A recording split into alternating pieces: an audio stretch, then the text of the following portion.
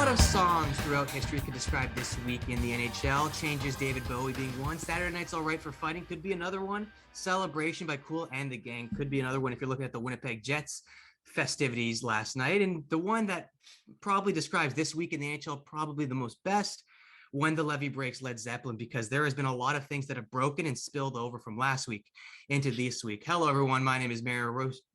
I almost messed up on the last name, Mario Russo. And joining me on this episode, season 2, episode 11 of the Leafs Line podcast, none other than Evan Davis, Jared Rottenberg, and Adamo Romoli. We have a lot of things. And Leafs Nation, I know you're urging to listen and hear comments on what has gone on these past 24 hours. And we will provide extensively our takes on the game, Winnipeg Jets versus the Toronto Maple Leafs. That was the big one this week, and the big takeaways from that game. And I'll just give you the list right now. All things Leafs, that'll be the big portion of our show. Their road trip this weekend, Minnesota and Winnipeg. And we'll even maybe touch upon the Colorado game if it so fits. The Canucks, they made some big changes in the front office, changes that were forthcoming. Benning is out, Green is out, Boudreau is in. What does this mean for this club going forward? And there's been another coaching change, this one in the city of brotherly love. Vigneault, I think his name is. I will pronounce that extremely wrong throughout this episode. There is your warning. Vigneault, okay. Yeah, the Italian in me cannot pronounce that whatsoever, but he has been sacked. I got the French badge on. Is there a correlation there? Is it because he got fired today? It's just a nice jersey. It is a nice jersey. I'll give you that much. Yeah. No, but he got sacked today. He was replaced by, I believe, Mike Yeo. So there's going to be changes in Philadelphia as well, and rightfully so. They're losers of 8 straight, I believe, and it's looking, as we're recording this episode, they're about to reach number 9. So not too happy in Philadelphia. Let's see if this coaching change does them any better. We'll get our takes on that. And the Florida Panthers, man, they have been, I would say, red hot. It's just a really strange team. You don't see this quite often. They're doing terrific on their homestand, getting production from so many outlets, including their rookie in Lundell. And their ability to come back into games, and no pun intended, claw back into games, if you will. It's just ridiculous. And I think it's something we have to put a focus on. We'll be getting our takes on the Panthers as they extensively are winning games. And it's looking pretty dominant right now. So we'll get their takes on that. And of course, end the show off, as we always do, with our trivia segment, the 6th segment, I believe, of Leafs Line Trivia. But without further ado, gentlemen, let us dive into this big topic here, the Toronto Maple Leafs. And I don't have much lined up in the form of introducing this topic, but more so questions. And I'll start with this one. Pretty easy. How do you assess the Leafs weekend? Likes, dislikes? And this is an important question that I want you guys a little bit focus on. Did they get outplayed in both contests? I do agree that they got outplayed in the Winnipeg Jets game. It was a sloppy defensive effort. Sochefal did not look his best. So I think they did definitely get outplayed. Winnipeg definitely deserved the win. But I want to get your guys' thoughts on the Minnesota game as well, because coming back down 3-0, I didn't think they were going to come back. They looked pretty lifeless heading into that second period, third period, but they turned it around. And unfortunately, the shootout, the game's worst friend, comes back to haunt them, and they lose in the shootout. So Jared, I'll start with you. What were your thoughts on the weekend overall? Likes, dislikes?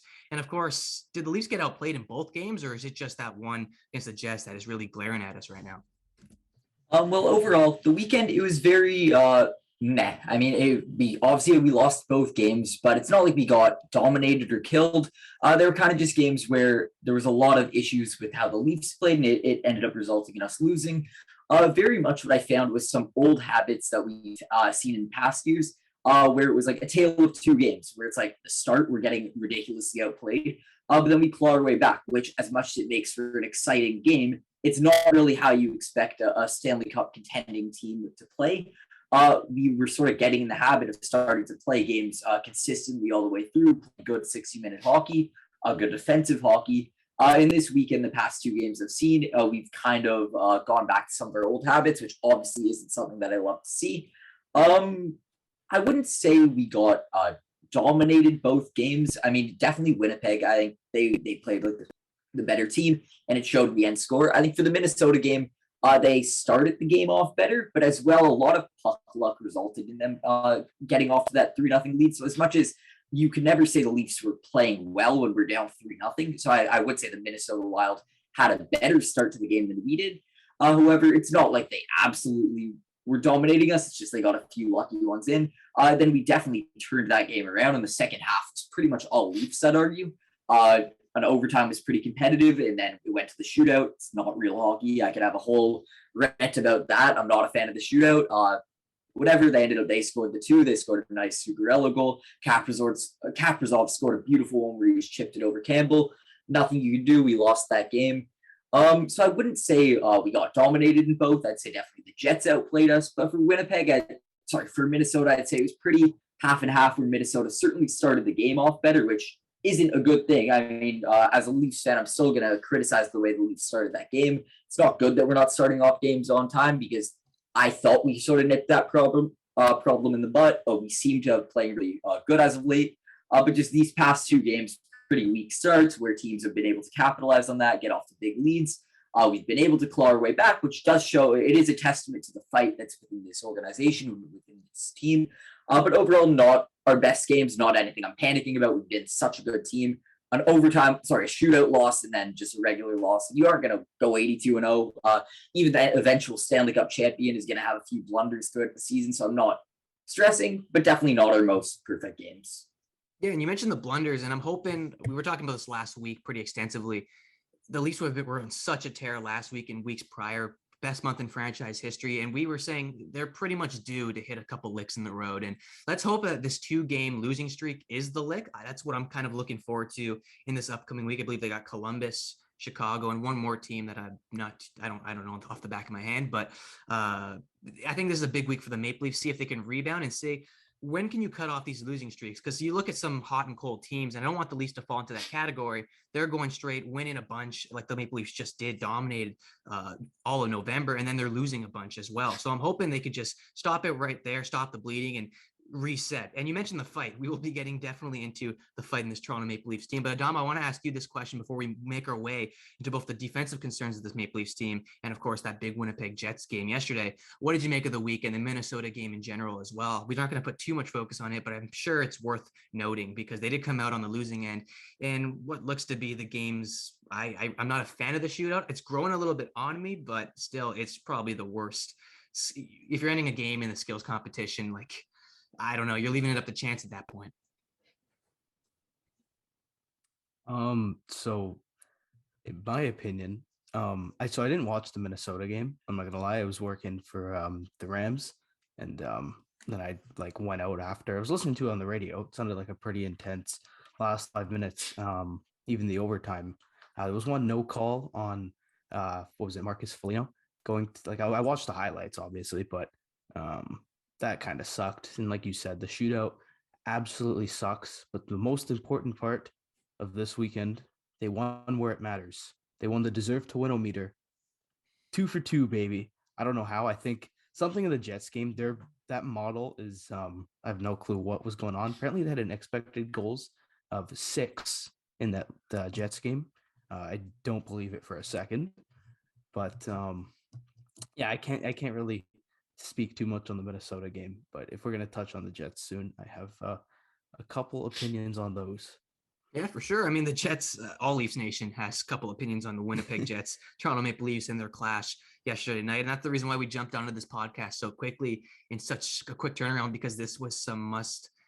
You have to get your comments out here, because if we push it any further, they're not going to be as relevant. Hockey moves fast, the game moves fast, and news is getting moved all over the place. So if you were to talk about this stuff a little bit after, we wouldn't have the same effect. So don't you worry, we'll be getting to the Winnipeg Jets in just a second. But I want to get into the defensive structure there's the Toronto Maple Leafs, and with the Winnipeg Jets sort of carrying over, they lost Rasmus Sandin. I'm sure we'll be getting into that a lot, but they did lose Rasmus Sandin for, thank God, 2 to 3 weeks. When I saw the injury and what happened, I'm thinking ACL, MCL, something like that, and his knee burst and he's out the rest of the season. Horrible blow, horrible play, and that's his season. And what a great season he was putting together. But he's out for 2 to 3 weeks, so that is sort of looking like that debate we were having. I don't know if you guys recall, but it was about the Maple Leafs defensive core. They stuck with 7 guys instead of 6. They're always sitting a guy every other game, and it's looking like it's always being Liljegren recently. But it just goes to show, if one guy goes down, now you have the guy in your back pocket, and you can throw it out there while still being somewhat competitive on the defensive end. And this is the situation, I guess, that they were waiting for to happen. There's the reason why Hall wasn't traded after his horrific performances. Muzzin, who it's now rubbing off on him, he's been looking pretty brutal. So Evan, I want to turn this one over to you. What did you make of the defensive performances over the last 2 games for the Toronto Maple Leafs? Like Muzzin and Hall, this pairing is just not it. Last year, as we all know, and I'm sure this is just burned in Leafs Nation, they were the defensive shutdown pairing. Now they are guys who barely deserve to make this team and play for this team for the performance that they're putting out on the ice. So what do you make of them? And I don't know, who do you pair these guys with? Because no matter who they play with each other, they play with other players, nothing is working. Is this an individual thing or is it a full defensive structure thing? Well, I think that Jake Muzzin needs to be with a guy like Travis Dermott, or even a guy before he got hurt, Rasmus Sandin, like just someone who's back, like he'll stay in the defensive zone. But I think I think Jake Muzzin needs to be with a defenseman more just in the offensive zone as well. Like that's where we saw his success in LA. In terms, I think he just guy like TJ Brody, someone who shares the same game as him, because I just don't think out, and you got to try something new. In terms of the games over weekend, I didn't think that. Am I cutting out? Yeah, just a little bit, but Just a little, it's getting a little bit better. Don't you worry. Like I can make out what you're saying. It's not like a big All right. thing. So what I'm trying to say, like over the weekend, I think, I really like Joseph Wall, and I really think he's a great goaltender, especially a great backup to have now that Mrazek is out. I think you were hyped in the first 2 games. You got to think he played Buffalo in the first game and then played a very depleted New York Islanders team in the second game. So I would say this was his biggest test this regular season, just going up against a very competitive team like the Winnipeg Jets. And I didn't like last night's game got a little out of hand. I think that referee should never ref a game again. Now that I'm looking at his past games that have like had these monster brawls, and he seems to be the ref involved in all of them. So I think there should be a cause for concern there as well. But in that Minnesota game, I really like the resilience of the team to come back down 3-0. You know, obviously they're not going to have these streaks where they're winning 15 of 17. You're going to come back down to mother, and it's not going to be perfect. But these are the games that they needed, where you're down 3-0 and then you claw your way back into it. I hate the shootout, but I've heard not reports, but there are also just people and GMs that believe it's too much to do 8-minute overtime, because you're running out of players out on the ice. Like when you're in overtime, you need your 9 best players out there, and your body's not gonna, your body won't be able to adjust to 8 minutes because your season. So I understand the backlash with it, but it sucks because I hate that games are decided by the goalies, basically. And I mean, it's a fair, like, this is what I never understood. I know you were making this comment in our group chat a little bit earlier in the week. It was about the overtime. Why can't you extend 6 minutes, 7 minutes, like an extra minute would suffice. I was watching something. Steve Dangle was talking about it, extending if your power play expires and you're on the power play in overtime, it should just extend the entire thing. Once the power play ends, the overtime ends. I'm not a big fan of that because I really don't see the big point to it. I don't know. It's terrible. I don't think that one is it. But if you extend the full overtime an extra couple minutes, and the GMs do make a good point, like your guys are getting exhausted. You guys have all played hockey. If you're playing with that much open ice, you're bound, plus the extra 60 minutes on top of that, you're bound to get gassed. So I understand where that's coming from. Probably the NHLPA is probably going to side with that as well.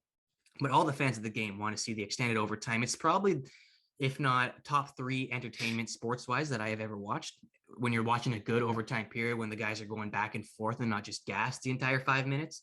So I think it's worth something considering, but I want to bring this back to the defense of the Toronto Maple Leafs, because it's just, especially this last game that we watched, the Winnipeg Jets, we were all discussing it in our group chat, and this group chat can be mentioned quite a bit in this episode because a lot of the talking was done there before the show. But so many odd man rushes for the Winnipeg Jets in that last game. And I'm going to transition to the Winnipeg Jets game in just a second.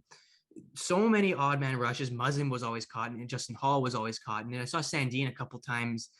Some of them weren't even his fault. Nobody was coming back to help him. So what did you see, Adamo, in that game, especially considering there were so many guys going up and down the ice and everyone's getting caught? And if you count how many goals you want to about the Winnipeg Jets, how they scored last night, a lot of them were odd man rushes, and it's just so weird how they come to happen. What did you make of the odd man rushes going the other way for the Maple Leafs, and what was the root to that problem? Oh, it's simple. Like a lot of the odd man rushes happened on the Muzzin Hall pairing, and man, I say the personnel or the players aren't good enough to defend the rush. Okay, what can we do about this? Okay, I go look at my advanced stats. I watch the games. It's almost like our best transition defender is sitting in the press box every night. Travis Dermott, this is his specialty. This is like the reason I love Travis Dermott so much is this exact reason. He has fantastic edges, phenomenal gap control, and can move the puck. Exactly what Jake Muzzin and Justin Hall have not been doing this season. Only Lord knows why Travis Dermott is still press box every night when we're literally struggling with his specialty. Like you could feel that he's not out there. It's awful. Poor friggin' Joseph Wall. Poor Joseph Wall. Like we let him out to dry.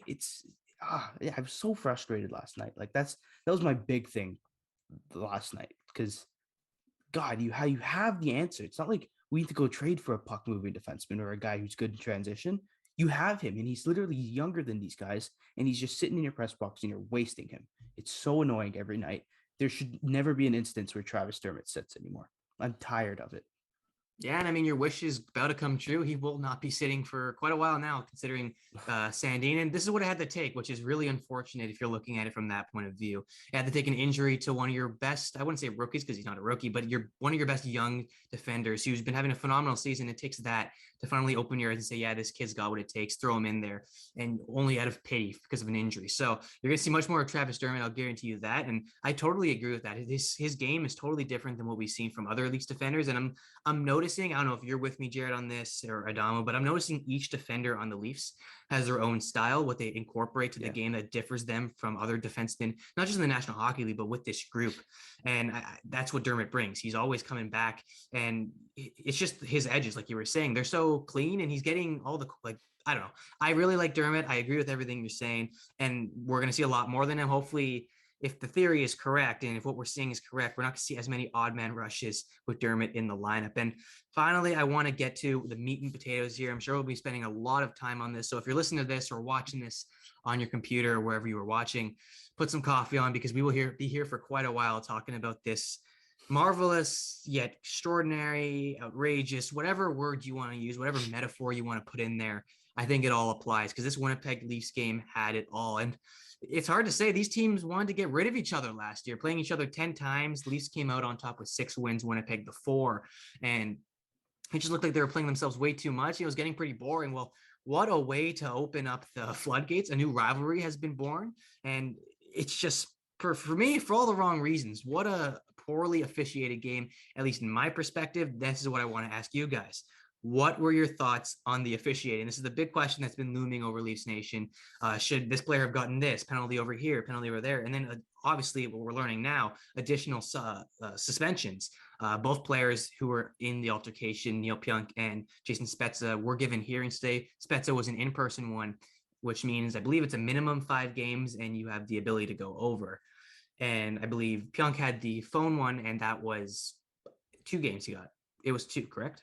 Yeah, he got 2 games. So yes, Spezza's hearings tomorrow at 1 p.m. Eastern. All right, so we're going to listen to our hearing to Spezza tomorrow, obviously, when we get the news. And I don't know, guys, what were your thoughts on the officiating? Because there's so much to unpack, so much to go look at. So, Jared, I'll start with you. What were your thoughts on the officiating in this game? And one thing I want to ask, and this is probably going to be a big ask from both you and probably your cohorts here and Leafs Nation, try to put the biased aside. What were your thoughts? Don't worry with me. Just, I'm going full. Evan's perfect here. But no, because I'm going no bullshit. He's straight up. He's blunt with it. But Everyone I've been hearing, Twitter, I'm sure you can look, it's a war zone right now, full of Leafs fans, salty Leaf fans. Not all Leafs Nation, as we know, is the best group to represent us. And Winnipeg Jets fans as well, they have been quite salty on their end. But I just want to get a broad perspective, just professional look. Jared, what do you got for the officiating for me? The officiating was garbage. It was absolute garbage. It's not a Leafs fan, Jets fan thing. It's they missed a lot of calls. The players responded to that by saying, "Oh, they aren't calling anything, so let's go fucking crazy," and it ended up turning into warfare. It was. I'm not going to say one person's big suspension call it wasn't dirty. I'm not going to say Spezza's didn't deserve a suspension. Absolutely did. It was dirty. Pionk's was ridiculously dirty as well. In general, though, they let the game get away from them. And Brad Meyer has a history of doing this. That's the referee that was refereeing tonight's game.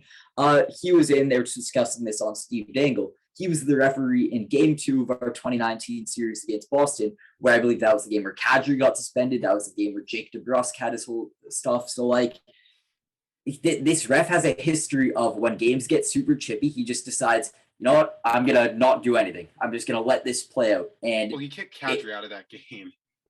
I know, but I'm just saying he has a history of kind of letting games get out of hand. It's not a new thing with him. He kind of has a history of doing that. And the reffing was just garbage. They needed to do something to address what happened when Pionk got knee on knee against Rasmus Sandin. But in general, I mean, there was the Pierre-Luc Dubois picking up Matthews and ragdolling him, which, again, I don't know why Matthews doesn't do anything. Matthews is a pretty big boy. He's 6'3". I don't know why Matthews doesn't just turn around and knock out Pierre-Luc Dubois. Dubois is huge. So is Matthews, though. You're not Matthews acting is like a big boy. Matthews He is? needs to start standing up for himself a little bit. But regardless, they need to do something to address that situation. They need to do something to address the knee on knee. And if that happens, I know, like, Rasmus Sandin gets injured, of course the Leafs are going to retaliate. I'm not saying, oh, you call one penalty and nothing's going to happen. Of course, we know these guys are hockey players. They're grown men. They're pumped full of adrenaline. Someone's going to – Wayne Simmons is there to beat the shit out of Neil Pionk there. That's his job. Or Nick Ritchie, whichever – pick one out of the bundle, whatever one you want to say. I know, like, there's players on the team where their whole job is to stand up for your players and fight back after a situation like that.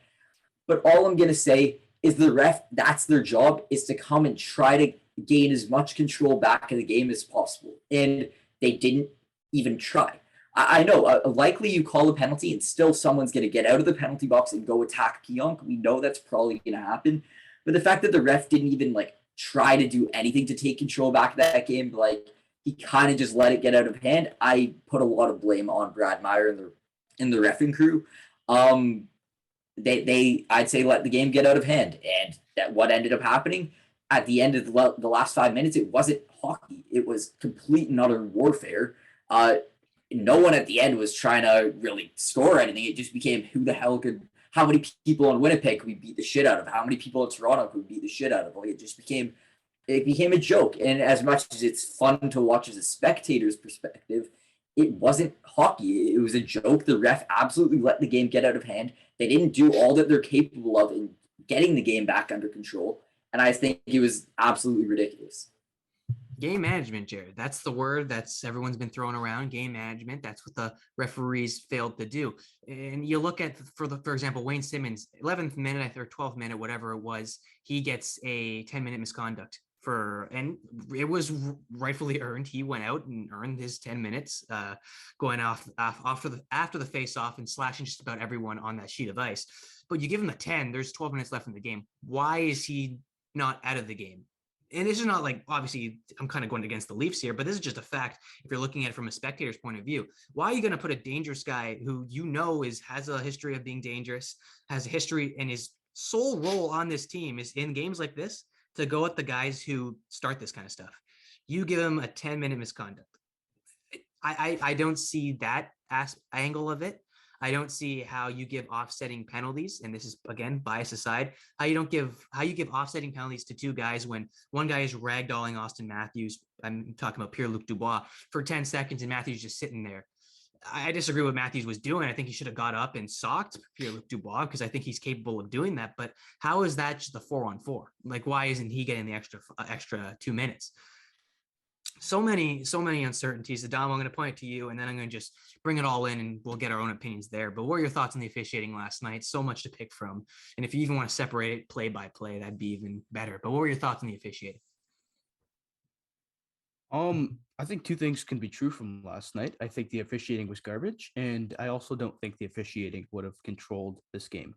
I don't think there's anything the officials could have done that would have prevented Neil Pionk hitting Sandin. I don't think there's anything that the officials could have done that would have prevented someone taking a dig at a Winnipeg Jet player. Like they could have, the worst case scenario, I looked it up. I'm like, okay, what can the refs realistically do in this situation? Like the fucking throw the book at them. What can they do? Okay. On the Pionk play, you can give a 5-minute penalty and a game misconduct for intent to injure. You can give them a kneeing penalty. Some guy serves the box. Okay, 14 minutes to go. Leafs have a 4-on-3 for 49 seconds, and then they're on the normal power play, 5-on-4. Okay, let's say the Leafs score, and it's a 1-goal game, and there's 9 minutes to go. You don't think Wayne Simmons is going to touch that ice, or Kyle Clifford is going to touch that ice, or any of them are going to touch the ice? Jason Spezza is going to get on the ice and take a dig at fucking Pierre-Luc Dubois? Not a shot, not a chance. I know Evan could touch on it. I don't know. I know you guys haven't played like as high of a level hockey, but I'm sure you could even like comment it. You see your young star defenseman, holding his knee in like in a ridiculous amount of pain. That poor guy looked like he was in so much pain. It fires you up like, oh, I'm gonna go fuck up one of their players now. I want my pound of flesh, right?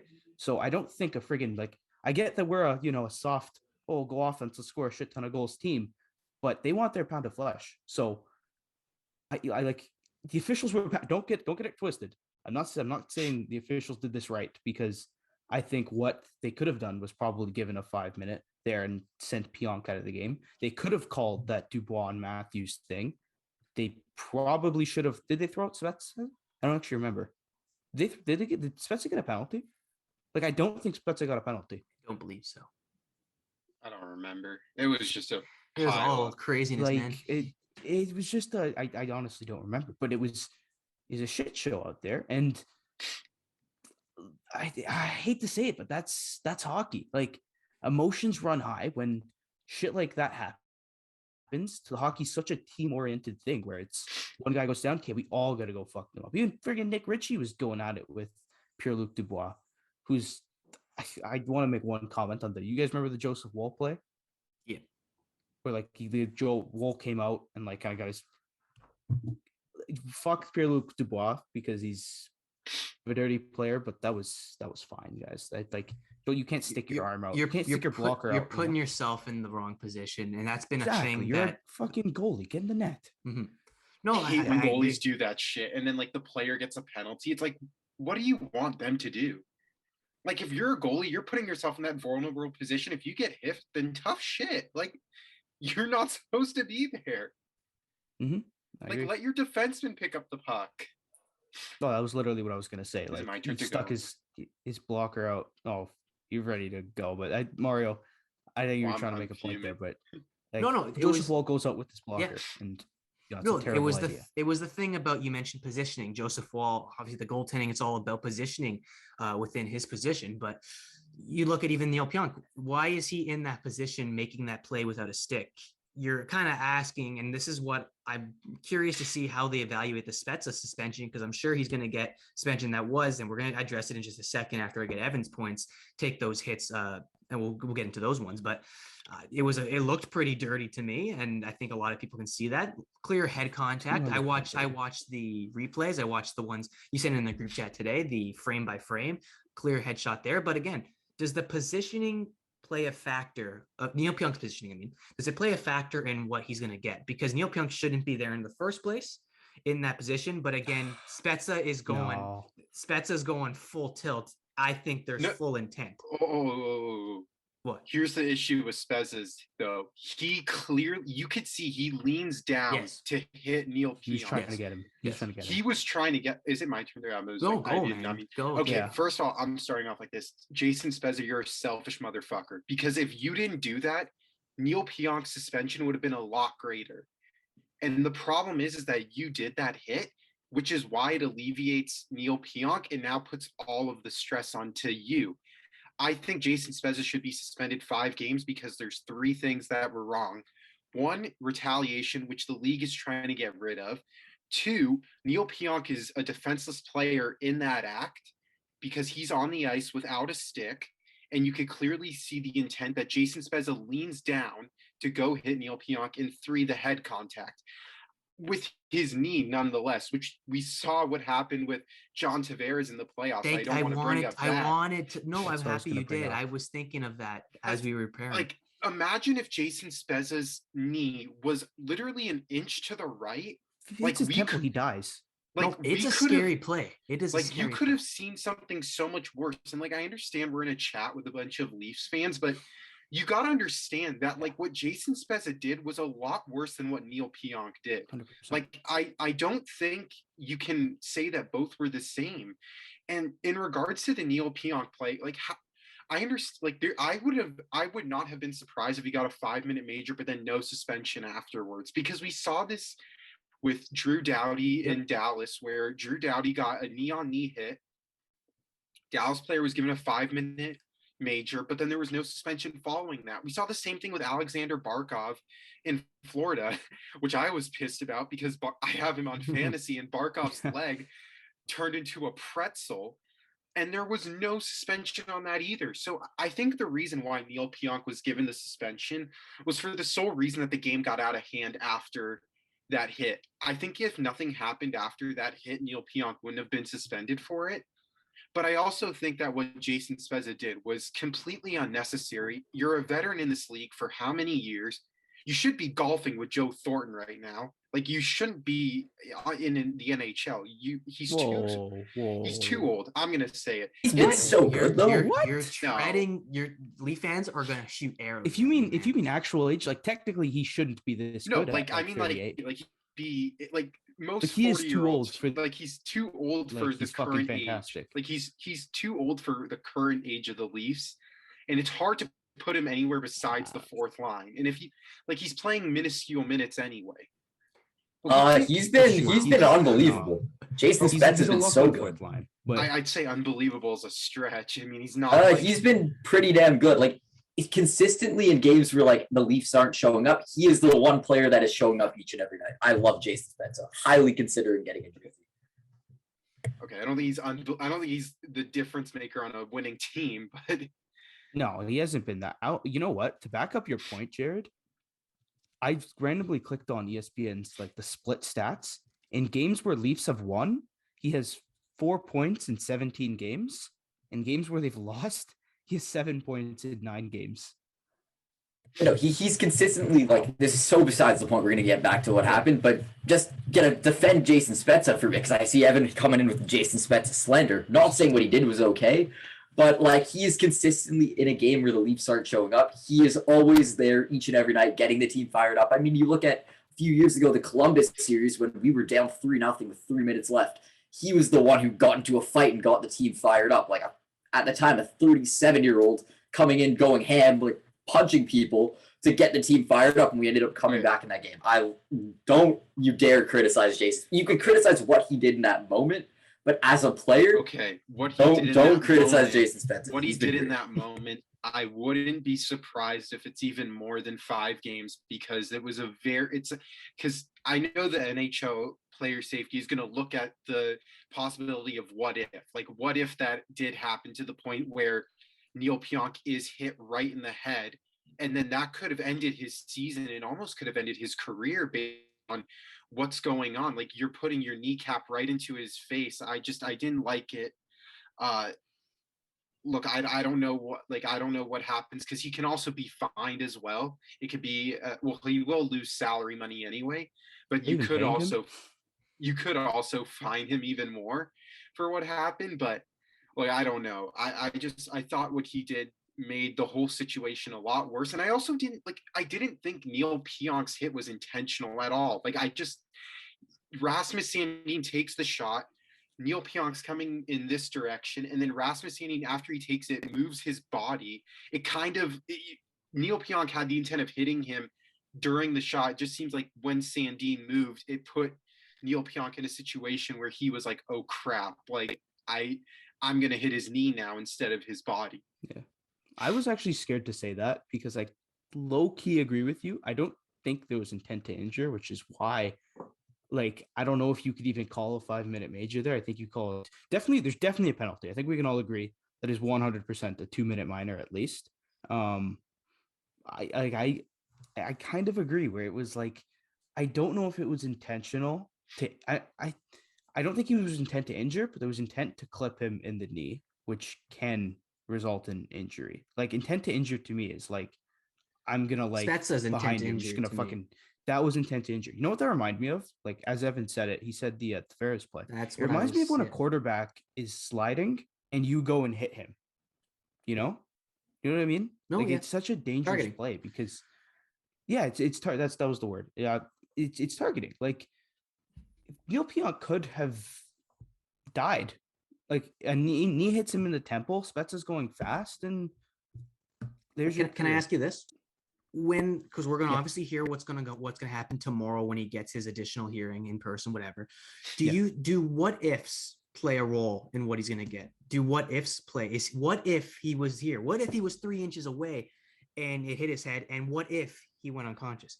Do these play any factor in what amount of games he's going to get, et cetera, X amount of games? Is that what we're sort of, do you think it's going to go that way? Is it going to be a what if this happened? What if this happened? Or are you looking clearly, he hit him, he was okay after? Because you look at, Evan, we were talking about this yesterday, or sorry, this morning, the McDavid one. McDavid's not receiving additional discipline because nothing happened. He slammed him against the boards, got the game misconduct, but Kempe went out next play on the power play that he sort of drew and tucked it in. Like, are you like, looking at what ifs or what happened if you're giving Spezza some discipline? I don't know. Well, wait, now that you just brought up that McDavid, I know, like, I don't want to get sidetracked. I don't think that should have been a 5 then. Like, if Adrian Kempe is back on the ice seconds after that play and then scores a goal, how can you let McDavid sit in the box any longer? Like, that should just be, if you want to do a double minor for boarding or even a 2-minute, like Kempe's out there the next play. Like he didn't even go to the locker room. Well, he was all bloody, to be fair. So like in the moment, it looked a little serious. Yeah, but then you like evaluate and realize that 30 seconds later, he's back on the ice. Like it's a bad look when that happens because the game was so close by then. It was a 2-1 game. Yeah, well, I think that's why you have to look at results, right? Like to answer your question, Mario, like even what ifs. Like I think that like even the Sandin or the Pionk suspension was a case of what if, because I think if Sandin just gets up and keeps playing, like I don't even think there's a penalty called. I swear to God, I don't think they call a penalty. Is there a suspension if he doesn't get hurt? Sorry? If Sandin doesn't get hurt and he's limping off the ice, horrible scene, is he getting is Pionk getting a suspension? So I don't think so because I think no, continue. So is that like, is this has to happen now for players to get suspended? Do players have to get hurt to get suspended? Do you have to look at the what if scenario and say, well, what if, like there was for Spezza, I'm trying to segregate this. I'm not trying to like combine the two. I'm trying to separate them. For Pionk's or sorry, for Spezza's, if you're looking at the what if factor, what if something happened if he was a couple millimeters different and he's knocked out cold? What's the suspension looking like there? If thankfully he's okay, but the full intent to injure was there. Like this is why it's such a confusing. I don't think I've seen a suspension or a hearing that's going to be as controversial like this. Granted, and kind of funny, it's coming from a least perspective, and we have to discuss it thoroughly. But I don't know. That's kind of my 2 cents on it. Like the what if factor, and we've seen it throughout the years. I think this one's now taken more prevalent scenario where what if something happened like this? Is it going to change what he's getting? I don't know. It's an interesting thing to look at. Interesting angle to take nonetheless. 100%, I think it does, because I'm like, I've always been like this. I've been fucking throw the book at the players because I hate seeing injuries. As someone who fucking literally dealing with an injury off a very similar for Rasmus Sandin, awfully similar. Like I stuck his knee into me. I went down, now I've separated shoulder, and I can't even put on deodorant. Like I'm throw the book at them because that's the only way they're going to learn. Because not only are they missing time with their team, but they're losing money. Neil Pionk is missing 2 games and is losing on 60 grand. That's literally what the average Canadian makes in a year. So if you throw like, I'm not gonna say 10 games, but like a 10-game suspension for a guy, you're losing like probably $500,000, maybe even more. So it's definitely. Yeah, but you can't fault a definitely guy have for to. how much money he makes. Like, No, but I'm saying like it hurts. Like if you're a star player and you're making $8 million, you're gonna lose more money when you're suspended. So it's gonna give you more incentive not to do something dirty, right? oh, I thought you were saying like if someone makes, they should be suspended longer for like. No. I don't know. Like, I don't know. Like, that's kind of my thoughts on the 2 incidents. Jared, I don't know. You haven't spoken a little bit. Is there anything else that we should clear up about these 2? Have we hit the nail on all of them? Because I have one more thing that I want to get into about this this team, the Toronto Maple Leafs, and what happened in this game. But anything we're missing out on? Is there anything else that we should add? Well, you guys pretty much nailed everything, but I just want to add to the point about when they're talking about the suspension, should they suspend based on what like the intent and what the situation was or what the end result is?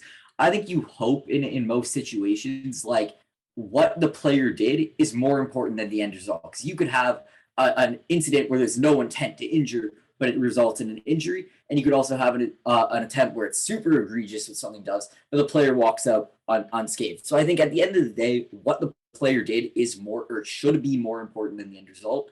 But in situations like this, especially when a big injury is the result of the situation, it gets people mad. It gets people talking. It gets people mad at the league, writing emails. That ended their career. It ended their season. Like you kind of have to bring up these other factors. I'm not saying it's how it should be. I think at the end of the day, regardless of what the end result is, if a player does something illegal and dangerous, a player did something illegal and dangerous, and as a result, they should be punished regardless of what the end result is.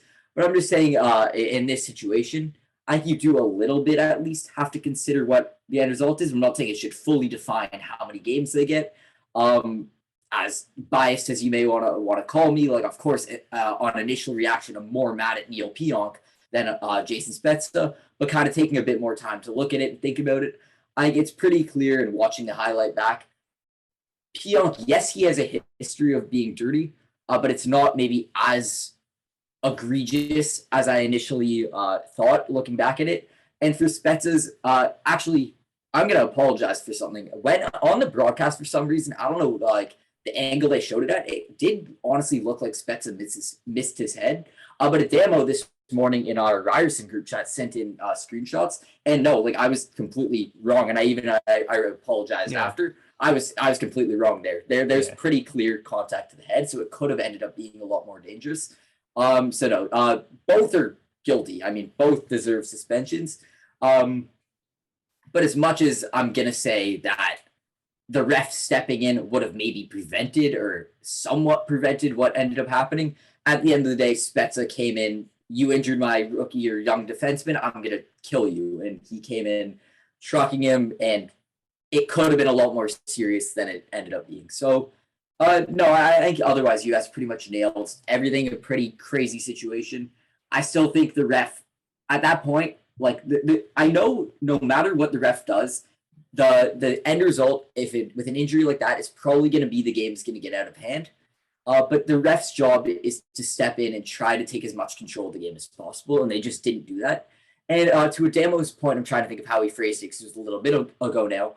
But he was basically saying that where no matter what, the Leafs are going to go crazy when their defenseman gets injured, but at least stand up to the point where the storyline after the game isn't that the refs should have done more. Like, let the story be the refs did everything, and still the Leafs came in and did something crazy. Then it completely changes everything. The fact that the refs didn't do their part in stopping things makes them look very bad in the situation. Or go ahead. Or the storyline shouldn't be like what Neil Pionk did is bad, but look what Jason Spezza did. Because I feel like that's now why Spezza is having an in-person is possibly Neil Pionk, even though I don't think Neil Pionk would have had an in-person.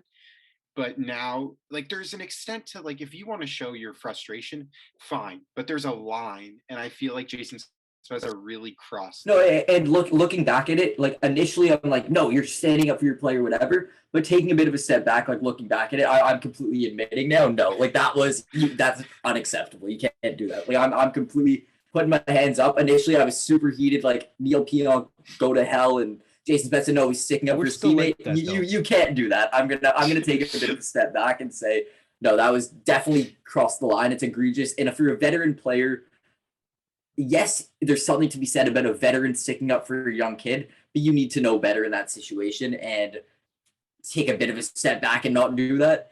I'm not saying Pionk deserves leeway, whatever. Like Pionk, absolutely, you can't knee someone. He needs someone. I'm not gonna say it looks like there was so much intent there, but it's a player that does have a history of doing stupid and dangerous things. And the end result is a player being out for a long period of time. Not saying that completely needs to change everything. I know that end result in the injury can't be the defining factor because you could have fluke incidents all the time. Yeah. But it does need to be a little bit taken into consideration that I'm not even going to say his like egregiousness, because I don't think looking back it was super egregious, but his stupidity and him just not being as careful as he can and just skating right into him with his knee angled at a way where he could very easily knock it into Sandin's knee. His not being careful resulted in a player being out for an extended period of time, and that definitely needs to be I'm going to say definitely needs to be taken a look at. It is being taken a look at. We're going to find out what the end result of that is. So a couple things that we can take away from, kind of want to just sum it up before we move into this big question that I want to ask you guys. First of all, we saw a side that we never really want to see from Jason Spezza, the guy who's always go Willie, always getting the boys together, getting them hyped up, being such an impact player when their team is down. We saw something where, and Leafs fans, I would hope if you're really a true Leafs fan and you're listening to this, I would hope that you're putting a blame on Jason Spezza. He deserves the beaten stick here. He did, like Jared said, cross the line. I think we should all agree on that there. So we saw a side of Jason Spezza that, personally, I'm hoping we don't see, because there's one thing about showing toughness. There's another thing about showing a dangerous play, and that's what Jason Spezza did. So hoping we don't got to see that. Another thing, intent to injure versus what ifs. There's a big difference when you're looking at it when you're analyzing a suspension point of view. I think we talked about that pretty drastically and how it's going to relay into the Jason Spezza incident. The Sandin incident on Neil Pionk on Sandin. I don't know. There was a poor positioning, but again, Pionk has a history of doing that kind of stuff. And I think that factors into what he's getting. And of course, the other two ones that don't get enough attention, but I feel like they should still get some light shown on them. The Dubois and Joseph Wall. That was, I think, Adama, you put it best. Poor positioning is going to get you poor results. And poor positioning ended up almost costing Joseph Wall his head. And this perhaps will be the last time we see Joseph Wall, because I know Peter Mrazek is coming back very shortly. So I'm sure that's a pretty tough way to go out. But again, his tenure as a Leaf, not so shabby, not too shabby. And I couldn't ask for anything more. But again, the final one here, Austin Matthews with Pierre-Luc Dubois. Pierre-Luc Dubois doesn't receive an additional second. And I don't understand where that one's coming from. I think that was one of the mishaps from the officiating rather. And I think that's one area that started getting this game out of hand. If you want to put the blame on one thing that started the entire situation here, it was that play. And that's when everything started getting into a brouhaha. So I think that kind of caps it all off. And in that same breath of Austin Matthews and Pierre-Luc Dubois, what is the identity of this team on Monday, December 6th, 2021? We saw this yesterday. I have never seen, and this is what I sort of had this debate with myself. I've always wished to see a team in the playoffs, in the regular season, show fight, show that they're not going to get pushed around. We have never seen this. This is untreaded waters, personally, for me, you guys as well. Last time we saw this was with Ty Domi, Darcy Tucker, like all those old school guys. They would do the same thing on any given night. First time we have seen this in quite a while, for me, the first time.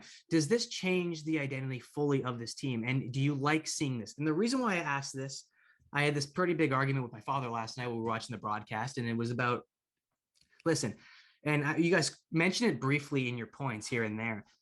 That game is still intact. You still have a chance before all this stuff happened. I'm saying maybe 12-minute mark of this game. You still have a chance to come back. And you have momentum going into your favor. And I told him that penalty that Wayne Simmons took when he unleashed it after that hit, and I understand why he did it. That's his role. That's what he's supposed to do.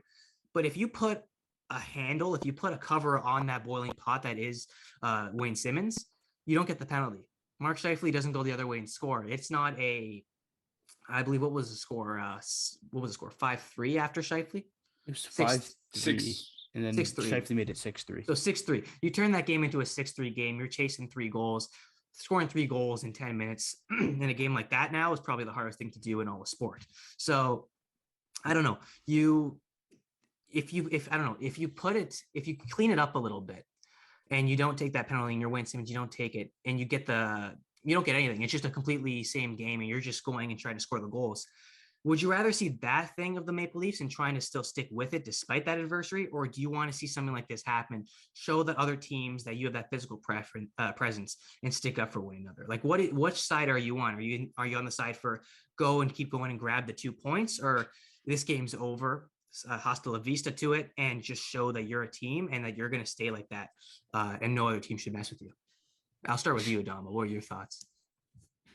That's like a really good question because like growing up, I've actually always believed it's no, stick up for your teammates, but my coaches have always tried to instill the value of no, don't retaliate, don't get the retaliation penalty, go for the 2 points. It hurts your team. And so that's why I'm super torn, because internally when I'm on the ice and someone hits me or someone hits my teammate, I'm like, no, I don't care. I'm going to get a 2-minute penalty. I'm going to set the precedent that no one's going to fuck with us.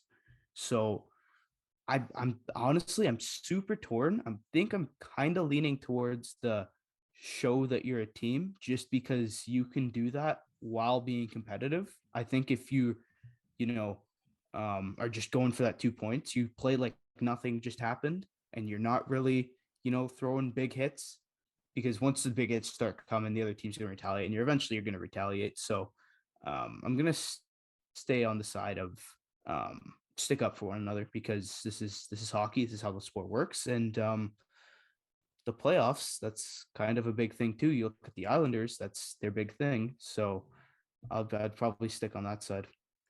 And the thing that I was about to say, different between this is a regular season game compared to a playoff game. You do this, and I fully condone this in a playoff game. Jared, you went on a full rant that unfortunately got deleted a couple weeks ago, where the whole rule book changes compared to a regular season when you convert to the playoffs.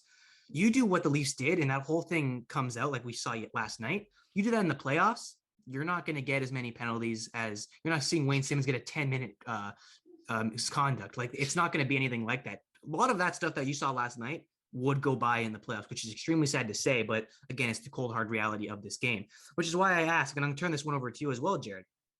Would you rather see this fight that we saw in the Maple Leafs last night, or them sticking with it and trying to go for the 2 points and still, while you're still in that game, try to go for a couple of goals because they had all the momentum in their corner?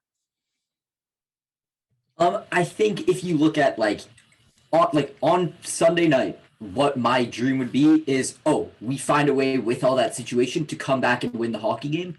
But I think when you look at a full 82 game season, us showing teams that we aren't going to be pushed around and are going to show some fight is a pretty big thing for our entire identity of our team. For years, the Leafs have been a team that, yes, they could outscore you, and yes, they have a high-flying offense. They're not a quote-unquote hard team to play against.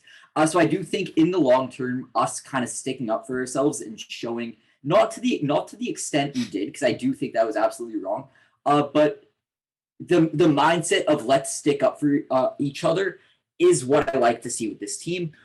The dream is that we kind of found a way to do both. That would be the ideal situation of, let's still keep this being a hockey game rather than an absolute war. Let's still keep trying to score and be competitive. But also, if someone's in the corner, you would go over and slam them into the boards and say, hey, don't fuck with Rasmus Sandin, don't fuck with my team. Like, the dream is you kind of do both. But if you were to only pick one thing, whether it be go to try to tie the game up or stick up for yourself, I think in the long term, a loss in December is not going to mean anything. But showing your team's new identity is something that maybe will have lasting effects. So I think we did make the right call, kind of stepping up, coming together as a team and being aggressive, saying, you're not going to push us around. But we did it in a way where we absolutely crossed the line. And that's something we're going to need to work on, because I just think you kind of need to find a way to do it in a way where you're not going to put the team at risk. You're not going to make stupid penalties. You're not going to get suspended and be held out for a long period of time. So I think there's a way to do what we attempted to do last night without completely going overboard. And I don't think we did that. But I think the mindset that we had in coming together as a team and sticking up for each other is what I like to see, as long as we do it in a better way. And that was what I was about to say. Like, if you're the Toronto Maple Leafs, this is great. I've never seen this. Like I said off the top, I've never seen this kind of style they've ever played. Keep it. Do not change it. This is what you need. This is what the playoff teams that go far. And we said this throughout 2019. What comes to time for me, all the Boston series were all based off of the Leafs' toughness. There was a thing that was always burned into our memory. The Leafs were not tough enough to play in this series. They were not tough enough to go up against the Boston Bruins players. They got manhandled, ragdolled. Insert the metaphor there. Now you have to kind of find the balance. The Boston Bruins will play that style, but they'll also find a way to claw back in the game if they're down. So if the Toronto Maple Leafs want to be this style of a team, don't cross over that line like you mentioned, Jared, and find a balance. Say, yeah, we're not going to get messed around. You hit our player, we're going to smash your player. But we're not going to take that many penalties and give ourselves or throw that chance away that we have to come back in that game. That's the one thing that I really wanted to make clear. And I guess that was the reason why me and my dad got into this debate. And I want to ask you, Adamo, I'm asking you this question, and Evan, to finish things off. You guys have played much more hockey in my life, in your lives, than I have in mine. Do teams take notice of this kind of stuff? What do you mean? Like, do they take? Do they take note? Not numbers? Do they take notice that you can't push these guys around because they just put on display what the Boston Bruins would do in 2019 in the playoffs, or what the Maple Leafs did last night?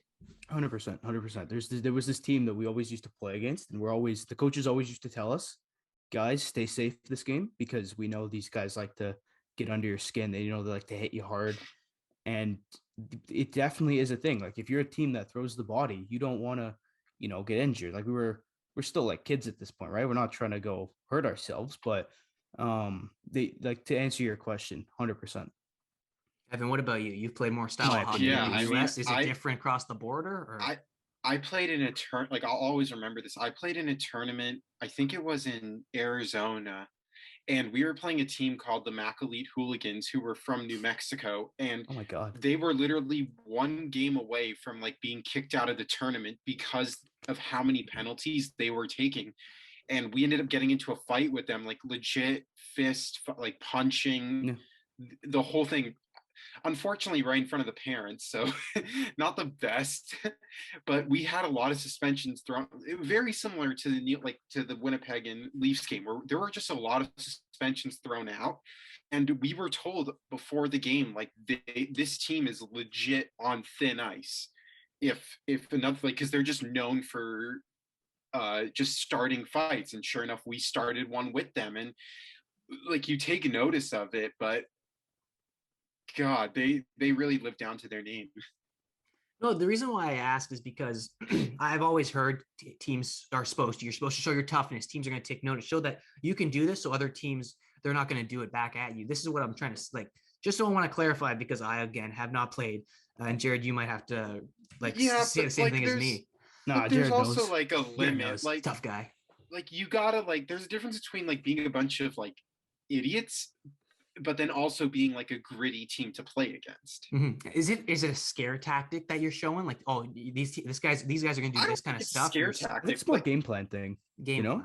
Okay. Like, if a team like hits a lot, you kind of like, hey, we know these guys are friggin' huge.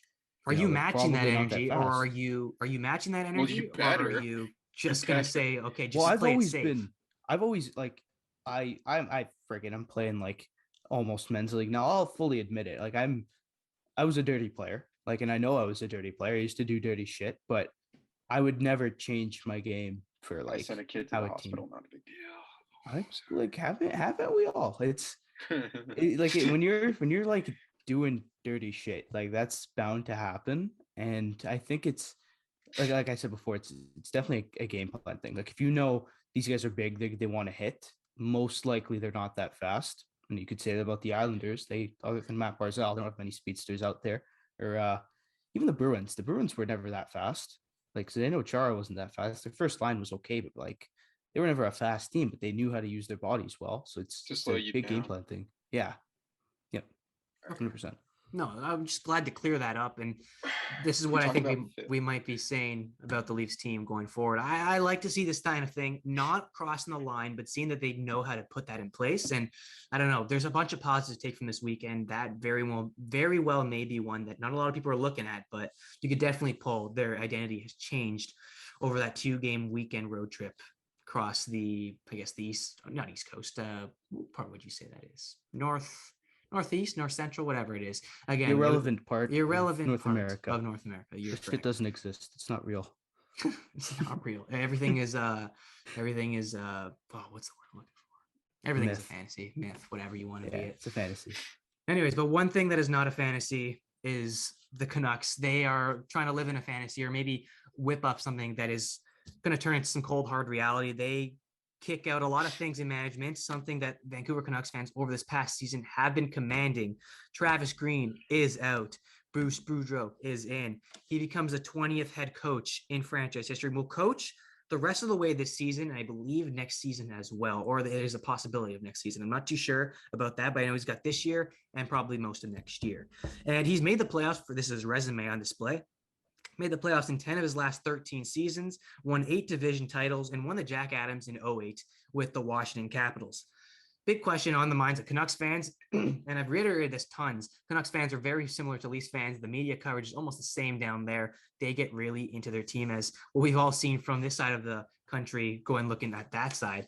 They are very passionate about their team and so passionate that they got 2 guys out of a job. So is Bruce Boudreau the right guy for the job? Now, I've seen a lot of Bruce Boudreau. He's actually a great guy.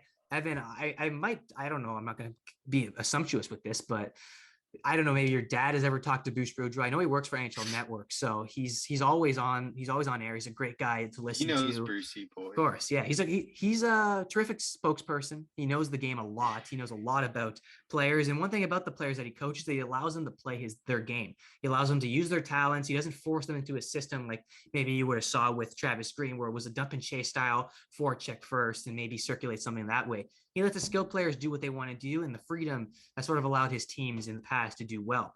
That 10 of 13 season in the playoffs is probably a number that tested that. So is this guy right here the right man for the job? Evan, I'll start with you because probably you and your family have the most inside information on this dude. Well, yeah, I think he is the right person for the job. And I honestly, I don't know if there would have been any other hires out there that I would have taken over Bruce Boudreau's. It's just specifically for this role, when you still have a great, the roster, the names on the roster look great. And the depth is definitely there.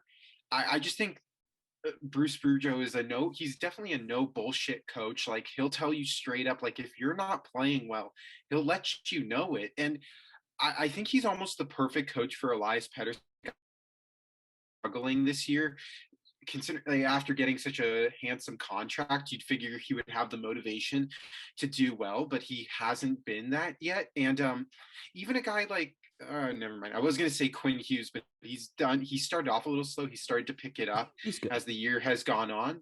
So to him, but even Brock Besser, who I don't know if it's the fact that him being on the trade market has just hurt him mentally because his name's definitely been thrown out there. But I do think Bruce Boudreau is a great hire for them. This is a team that definitely needs to pick it up. And I wouldn't be surprised if they did make the playoffs, because Bruce Boudreau is the type of coach that can really turn things around. You look at Daryl Sutter in LA, when the Kings hired him, the Kings were 10th place in the Western Conference, and the playoffs looked like a long shot. Granted, they got the 8th seed, but as long as you get in, you have a shot.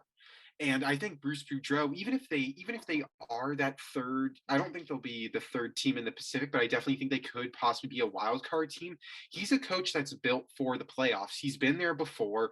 He's experienced it. He knows what it's like. And I think he's great. I think he can really turn it around. And then once we get to Jim, I'll let them go. And then once we get to Jim Benning, I can rip on him.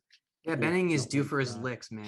Jared, you sent a video. I don't know if it was you or Adamo. Someone sent a video. That was the funniest. I didn't know that much about Jim Benning. Holy Jesus. I know we're going to get into him in just a second, but man, a lot of this was warranted and very years in the making, I guess you could say. But I don't want to go into him just yet. I want to stay on Bruce Boudreau.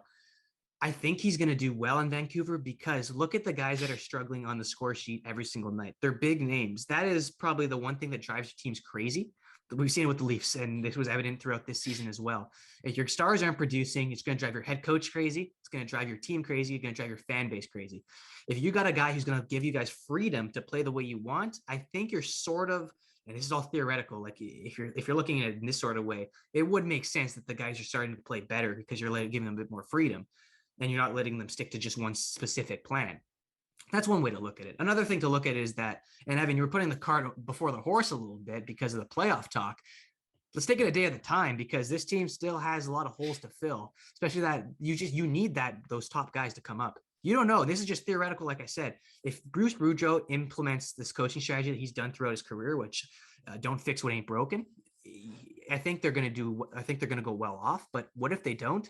That's when it's going to get even worse. And they have to pick it up now. Like the pieces are falling out of the sky right now. They are losing traction very fast. That Pacific, we mentioned off the during the pre-shows when we were like teeing up the season and this divisional preview. It was a wide open Pacific. Now it's still wide open, but the window is closed significantly. So you have to start picking up the points while you can. And it's not like their schedule gets pretty easy. They're still going to go against hard and tough teams. So I don't know. I think Bruce Boudreau is the perfect guy to this. I was thinking Randy Carlisle, and I'm going to bring up his name in just a second when we're hitting Philadelphia. I don't know. It's we haven't heard much about him. Maybe. I don't know. I know. I have an idea for Philadelphia. Who I think no, we'll get into save Philly, man. We got a lot to discuss about Philly because nothing is going great their way either.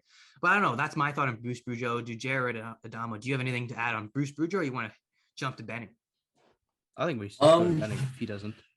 Yeah, I'm pretty much good to go to Benning. I was going to say absolutely this was warranted. I'm happy that both of them are out of jobs now. Or not. I'm not happy that they're out of jobs. Cruel, like, all right, so Jared's not a personal thing. I think for the team, this is the right move.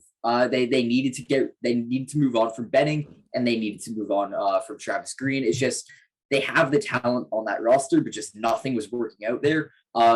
And as you guys said, when you look at Benning, especially years in the making, you could have made the argument for firing him many years ago. He's been in this job too long, and it just hasn't worked out.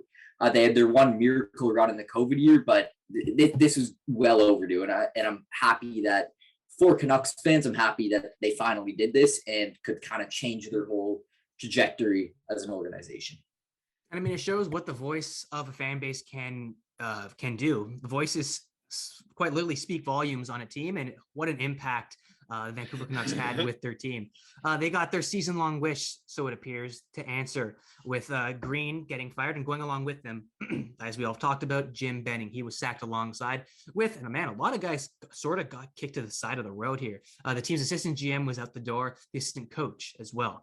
So during his run with the Canucks, earmuffs if you're Canucks fans, because you don't want to relive any moments of this. During his run with Van City, the team owned the league's sixth worst point percentage.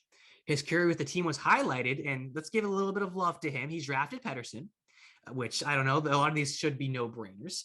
He drafted Hughes. He drafted Besser and Demko, and he also acquired JT Miller from the Tampa Bay Lightning. So give a little bit of props there. You want to say something, Evan? Yeah, I wanted to say about the obvious thing. Like, I don't like. Yeah, when Quinn Hughes was in his draft year, Pat Brisson, his agent, told the Montreal Canadiens draft Quinn Hughes, and they took Kotkaniemi instead. Oh boy! So I wouldn't say the obvious pick because Pat Brisson's a very well respected agent. Yeah, and knows the Hughes family very well. I was going to say the Pettersson pick. That also wasn't very obvious. Yeah, it was. Apparently, he was ranked like. I like not tied. Like even like, who the fuck is this guy? He was like ranked out of the top 10. He wasn't even ranked in the first round. Pettersson, I think he was definitely or maybe late, high. like really late in the first round. Yeah. I was like, Pettersson was a reach. They reached on him, yeah. But fucking you hit. That's why you draft for skill. That's another topic for another time. No, so let's not kick him in. He got a couple wins in Vancouver, and a GM for that long should have a couple wins. Nothing's very sustainable in what's screaming in the face. No big playoff wins, no big Stanley Cup wins, as that's the only aspiration in this league. But I mean, you mentioned that one, and I saw it in that video. Jake Virtanen was drafted over, I believe, who was he drafted over? William Nikolai Nylander and Big Dick Nick while we're at it. And, Big Dick Nick. yeah. Love Throw his it. name in there. Better than friggin' that asshole Vertanen. Oh yeah. No, that's another thing that's Not going that to go hard to against top him. for Tannen. No, exactly. And another thing, this is probably the biggest one, probably the most recent one that we can look at. And Canucks fans, again, I really remind you to cover your ears, the long deals. And for absurd amounts of money that he was digging for his team. And that dug most of his grave here in Vancouver. Eriksson, Russo, Sutter, Beagle, all massive deals and massive change to go with it. Nothing came from it. So with no lone individual managing the ship, what I believe has the potential to be the rest of the season. I don't think they're going to get a GM this season. I think that maybe you want to push that towards the off season and let the guys see what you're, I don't know. They have a bunch of loose change lying around in that management staff. I saw Henrik and Daniel Sedin. I think they're in front office too. So that's a little skeptical, but I don't know. I don't think they're going to deal with any of it right now, but is the Canucks wish, and try to hear me out on this question. It might sound a little confusing. I will try to clear it up as best I can because I was thinking about it, and it says, if you think about it correctly, it kind of makes sense. Is the Canucks wish to fire Benning something they may regret? Reason why, and don't look at like the resume. I'm gonna look at you like that. No, yes, the resume, the resume, yes, the resume, yes. Is it worth them treading water the rest of the way to finish? And we were discussing about it last year, the twilight zone of the league. Evan, you were talking about playoffs. I think that's a little extreme. What if they're finishing between 20th and 28th, 30th, and they're not 30th, but 20th to 25th, 26th, that zone where your season's sort of out of whack. It's just a wasted season in general. And you got nothing to show for it. It's just gone. And the reason why I say this is because Jim Benning, you don't got one guy steering the ship. Now you got a bunch of loose guys. And this is obviously if they don't go around hiring another guy. They could possibly do that before Christmas, right after Christmas, whatever it may be. But if they just stay, no guy leading the ship, it's just Bruce Boudreau managing from the bench, and this season goes lost, should Vancouver Canucks fans be happy? Or is this going to bite them in the butt? Does it make sense? Or do I got six heads and I'm looking really crazy here? I don't know. Be honest.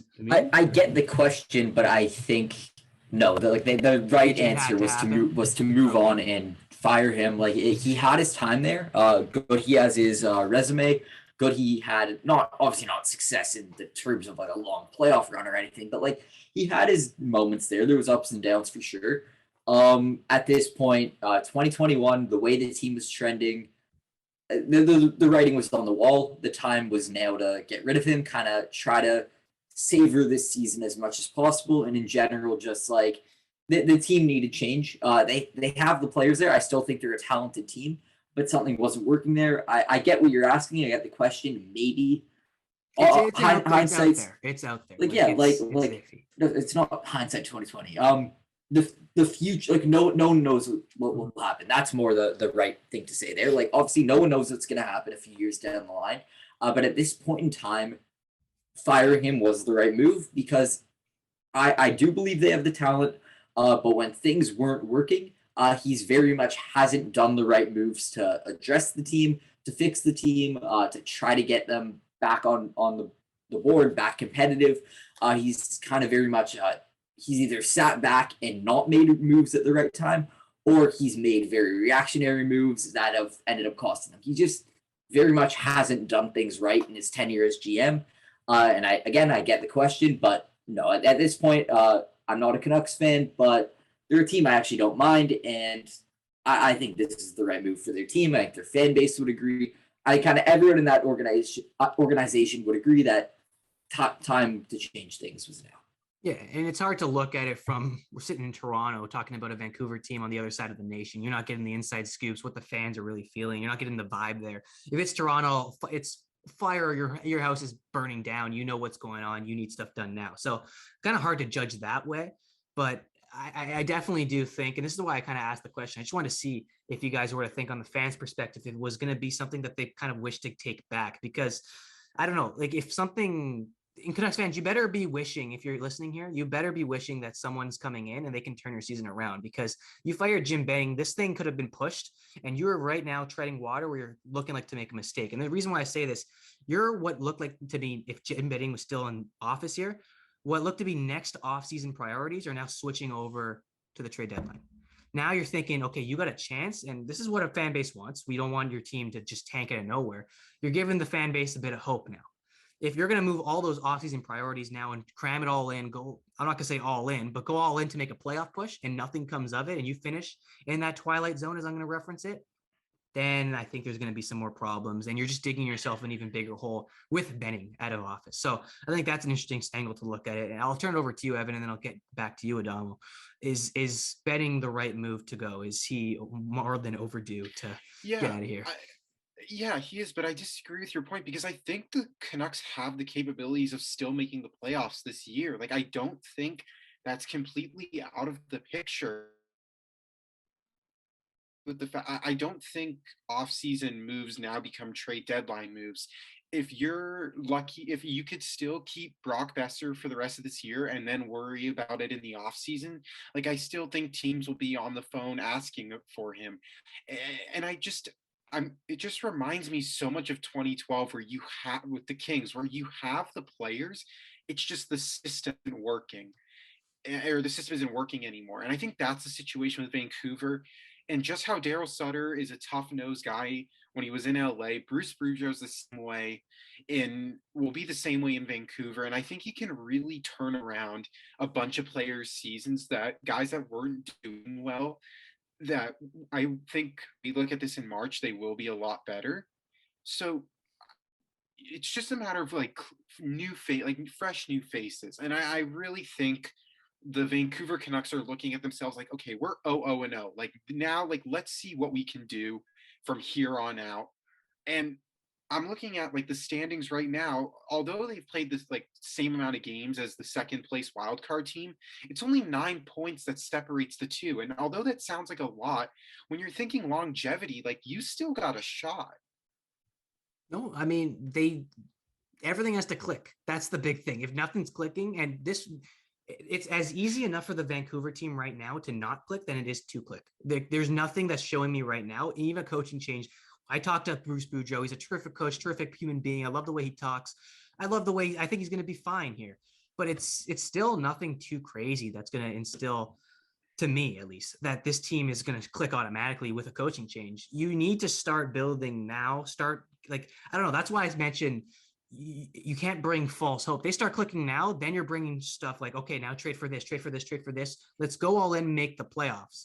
That's what they want to do. This fan base, man, they are hungry to make the playoffs and get wins. Because like you said, once you punch your ticket in the playoffs, anything can happen. It's anybody's guess. You want to add something? Can I Evan? just say, yeah, please. I think like I'm gonna like I think something similar. I'm just like something with Dustin Brown needs to happen with Brock Besser, where you just sit him down and you tell him that he's gonna be a Canuck like for this year. Like just tell him like don't worry, like there's the issues where Dustin Brown wasn't having a great year, the captain of the team, and and his name was involved in the trades. And similar, obviously not Brock Besser isn't like wearing a letter, but he has 4 goals in 22 games. And that's something that you're not used to seeing from a guy who tore it up at UND, who has been great throughout his career in the NHL. And in that first game that Dustin Brown was told, like, you're going to be a king, he scored a hat trick. And I was at that game where he against Chicago, where, and he said that moment where Tim Leiweke came into the owner of the team that came in, yes, or the team came into the locker room and said, like, don't worry. It just makes you feel comfortable. And I think someone needs to tell for that, or else he is traded, and then you do trade him. No, you make a great point. Who's sitting him down to have that conversation? Is it Boudreau? Is it Henrik Sedin? Because you're right. If you take away that uncertainty, you're going to be honestly, a whole new I think it does need to be Daniel and Henrik Sedin, because he played with those guys his rookie year in Vancouver. I think he's very comfortable around those two guys, and also their stature within the organization is very, very high. I think if you had a sit down conversation with him and just like said, like, look, like, I know what's going on in the media. You're in Canada. It's one of the worst markets to be in for a player, especially because there's just so much pressure on you constantly. Like, just relax. Like, you're fine. Like, you're not going anywhere, regardless of what they say and what they say, like you're chilling, like just play your game, play how you like, play the way you know how to play. And I think that's why I think that they can make the playoffs still. No, I think that's going to be definitely needed. I'm actually interested to see if they end up doing it. I'm sure it's never going to get published. No one's ever going to say it's going to be a closed door thing, obviously. But it sort of kind of feeds into what I was saying before. Like if there's no set general manager, that's the thing. Does that make it better or worse? You don't got one guy sitting you down and say, listen, you got some certainties here. I'm here. I'm the general manager for the foreseeable future. I got your back. Now you got Henrik Daniel Sundin. I don't know who it's going to be, but it's a pretty cool situation if they're sitting you down and saying, listen, you're going to have some certainties going forward. Don't worry, just play your game. Like, I don't know if they're the guys to predict that. That's the only reason why I'm saying I think it's the right call. They should be doing that. I think Besser and even Pettersson, for that matter, should be sat down and have a talk with them. Not Pettersson to the fact that he already has his contract, he's making his money, but the fact that, listen, reset, new start, let's start at a different sort of pace. And let's see if anything goes from that. Adamo, I'm going to turn over to you, and I think I'm going to go into one more question about the Vancouver Canucks. But what did you make of the firing of Benning? And was it not so warranted? I think everyone knows it's pretty much warranted, but I don't know. Do you have any additional comments to add to the Jim Benning situation, him leaving Vancouver? Not really. I think you guys hit the nail on the head pretty much with everything. I'm not glad that he's out. I'm glad for Vancouver fans. Jared's glad that he's out. Yeah. Screw his job. You dick. He's gone. Ask for his lunch money. I think they need to. I think they need to, like, it sounds crazy that like a last place team should be buying, but they should be buying just because Pettersson, your superstar center, a guy who I wholeheartedly believe when he's on, he is like a top 10 player in the NHL. And you have this young guy. You only have him for 3 years, but is it 3 or 2 years? I think it's 3 years, right? 3 years. His contract? Yeah, 3 years at like 7.8 or something ridiculous. No, like 6 something. No, I thought it started with the 7. Oh, maybe. I think I don't know. Regardless, under 8 for like a top 10 player is nuts. You need to go buy, and like now you have your goalie locked up. You have JT Miller, you have Brock Besser, you have so many star forwards, and then the defense is holy shitting. Oliver Ekman-Larsson, Tyler Myers as your top pairing. You have 2 borderline AHL players like as your top pairing right now. It's concerningly bad how bad their defense is, and like it needs addressing immediately. But if you can get like an even average level defense, like literally just average, like I don't know who's average. Like if you switch the Vancouver Canucks decor and like I don't know who's like an average. Even the LA Kings, switch like the LA Kings decor, like with a healthy Drew Doughty, the Canucks are like a cup contender. I seriously believe that. So they should probably buy whoever's the next GM. Should be Mike Fuda or Matthew Darsh in Tampa.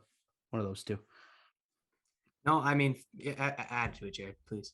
Yeah, well, I'm just going to say I completely agree with that point, because as much as right now in the standings they're a basement team, they're built like a basement dwelling team, they should be more competitive than they are. It's pretty glaring when you look at the lineup what the issue on that team is. It's a lack of defense. And as Adamo said, I think they're a few good defensemen away from being a very competitive team. I don't know if I'm going to hammer them with the cup contender status, but they should be a competitive team. They should be as close to a lock to a playoff spot in that Pacific Division as you could get. They should be one of the most competitive teams in that division. They just aren't playing it like it right now. It's pretty clear why the offensive players that should be a lot more productive than they aren't playing like it, and the defense is ridiculously lacking. So yeah, I think at this point buying is the move, because you need to be able to try to savor this season as much as possible.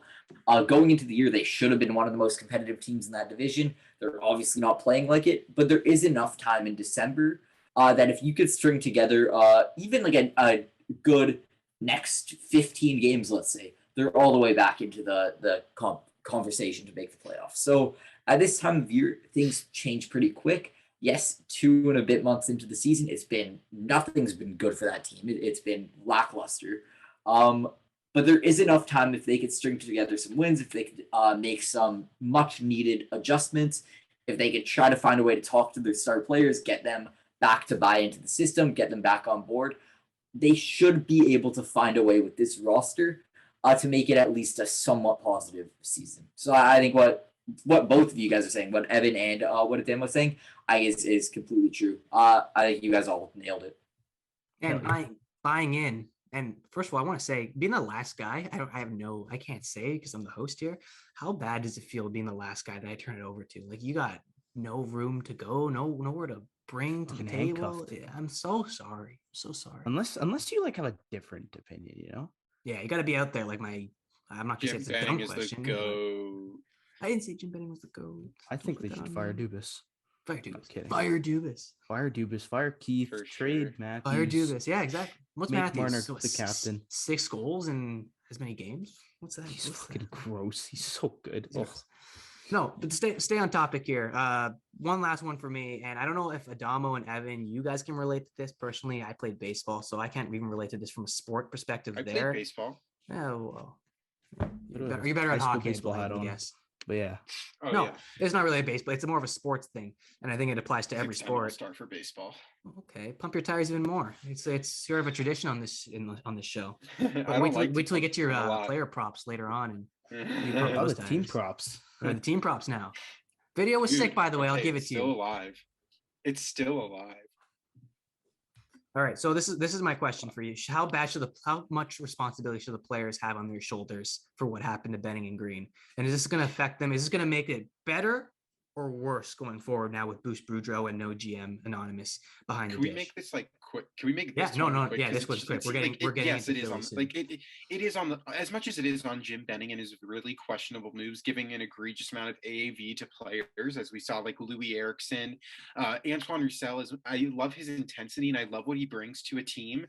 He's more of like $1 million player, not like a $3 million player. And I would even give Roussel less than that, maybe even $950. But I think it's also on the players too. Pettersson isn't playing up to what he used to be. Brock Besser isn't doing as well. I love Bo Horvat. I love the intensity, just not putting up the offensive production I think you were hoping for. And I just think it's a lot of guys that are going through things. But it's always on the players as much as it is on the GMs. It's just you can't fire a player. You can fire a GM. Yeah. And at the same time, though, like, you can't expect bad players to be good. You see their decor, like other than Quinn Hughes, those are Quinn like Hughes isn't even a partner to play with. He's literally playing with Travis Hamonic, who's like a fine NHL player, but what the hell? They're like you're telling me you can't get anyone better to play with that player? That's concerning. At least Riley, they went to go grab Brody to play with.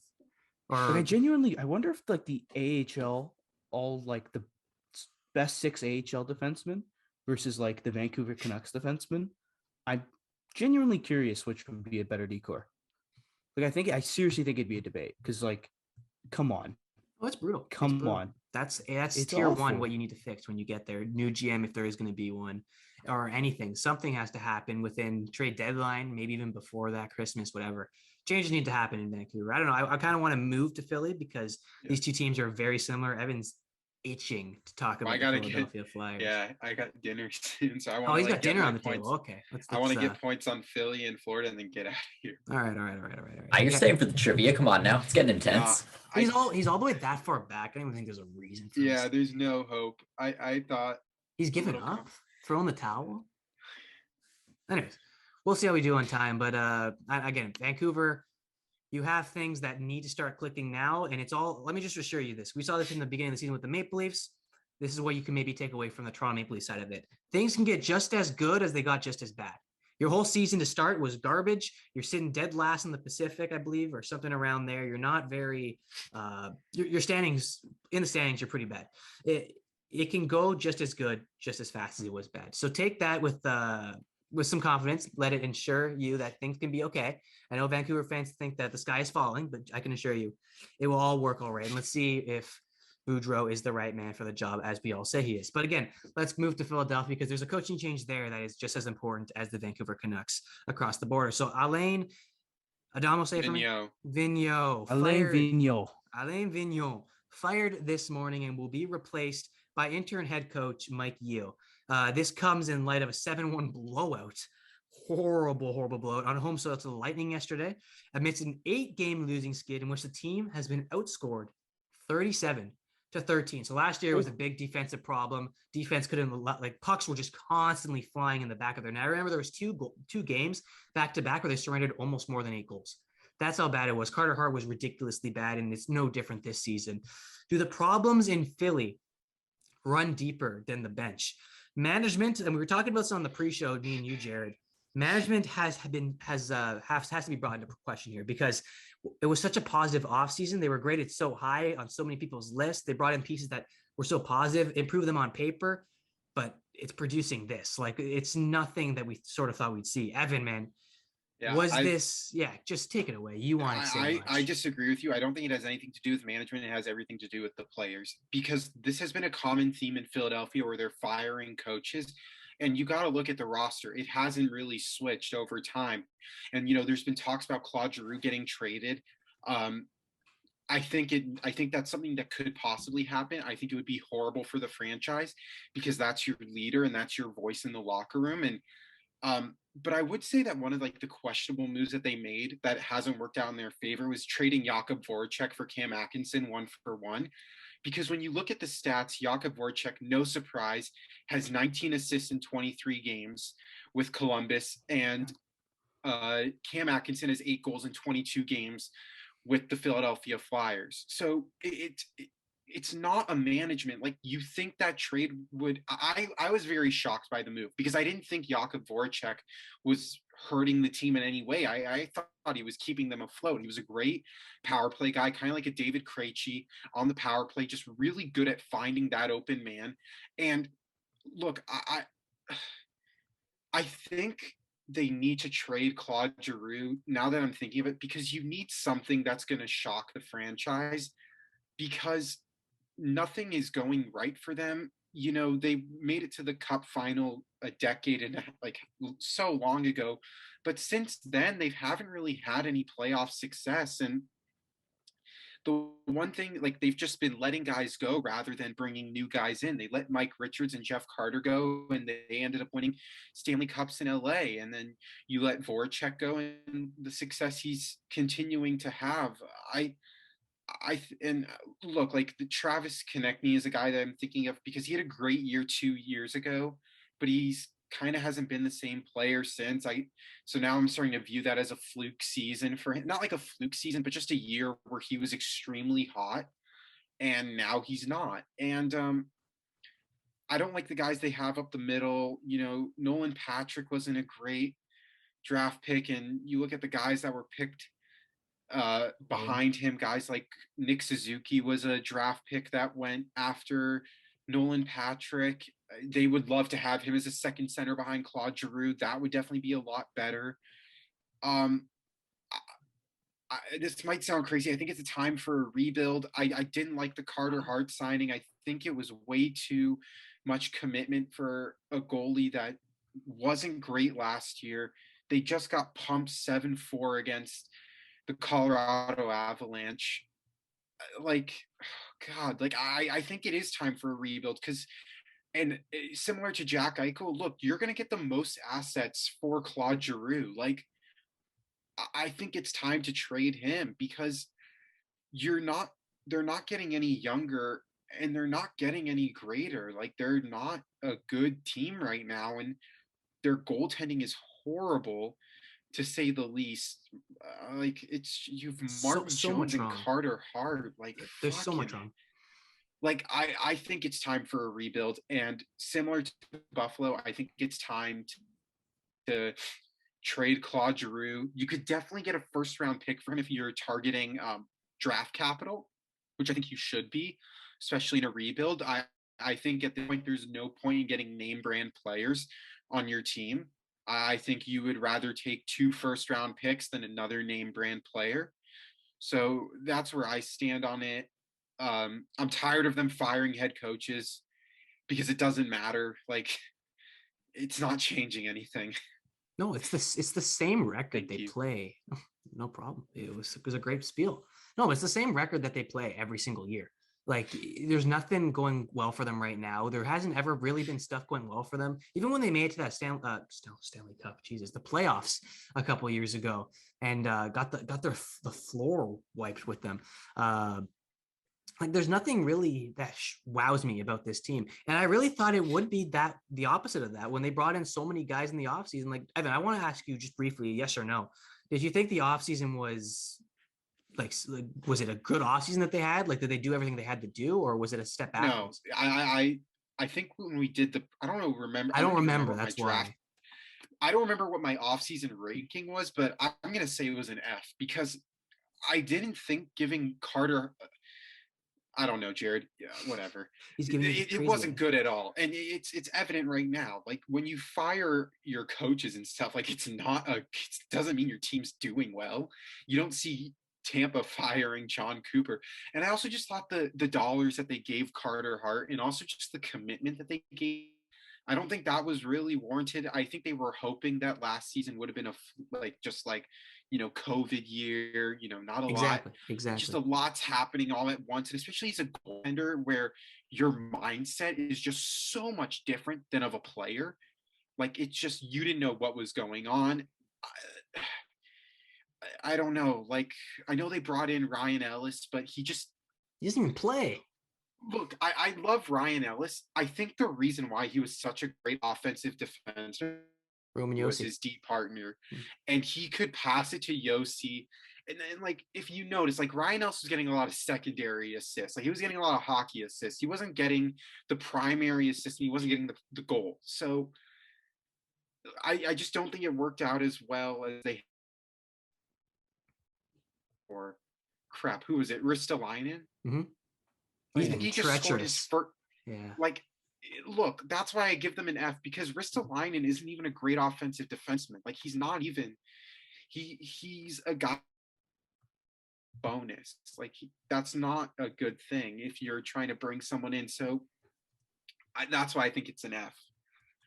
Does it run deep? Does the thing run deeper? The problems run deeper than the coach now? Is it now management, or is it just strictly a coaching style on these players? I don't like know. What came first, the chicken or the egg here? Well, look, it's just their drafting. Like, I like the drafting.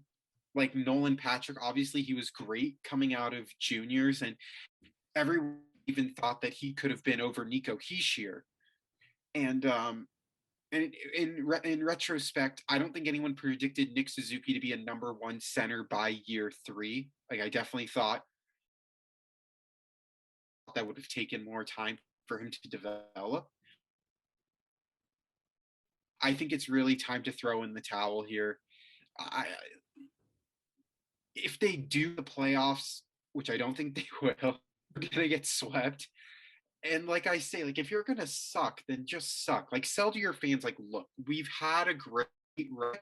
They made the playoffs, so there's nothing fans can complain about. But I think it's time to sell your fans the idea. Claude Giroux's like, what, 30-something? Like, Carter Hart he's been digressing rather than getting better. So, yeah, I think it's just time to throw in the towel and stands that idea. I'll turn it over to you guys. I mean, I don't know how much more you want to say. I think Evan just covered literally every single sector of the Philadelphia Flyers. But what do you guys make of not just the coaching change, how necessary it is, but what has happened with this franchise? Like, it was, I was going to, I'll say, I don't know, I'm going to say I was a sucker for it, but a lot of people, including myself, believe that they made decent strides. Because there was a lot of holes to fill. That COVID year was really bad. One of the worst ones I've ever seen in my life. There was so many holes to fill, so many uncertainties. And they brought in guys who at the time really looked like they could possibly take the next step with this team. It's been nothing but the case. So many problems. Defense is a problem. Goaltending. I never was a big fan of Carter Hart. And last year, I didn't think it was just a write-off. I knew it was something that was going to spill in. I hated when he got the money, like you said, Evan. But I don't know. What do you guys make of the changes in Philly, and what's just going wrong down in the city of brotherly love?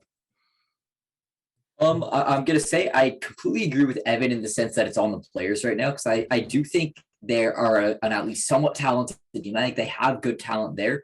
But the one area I differ in is I don't think it's time to completely begin a rebuild.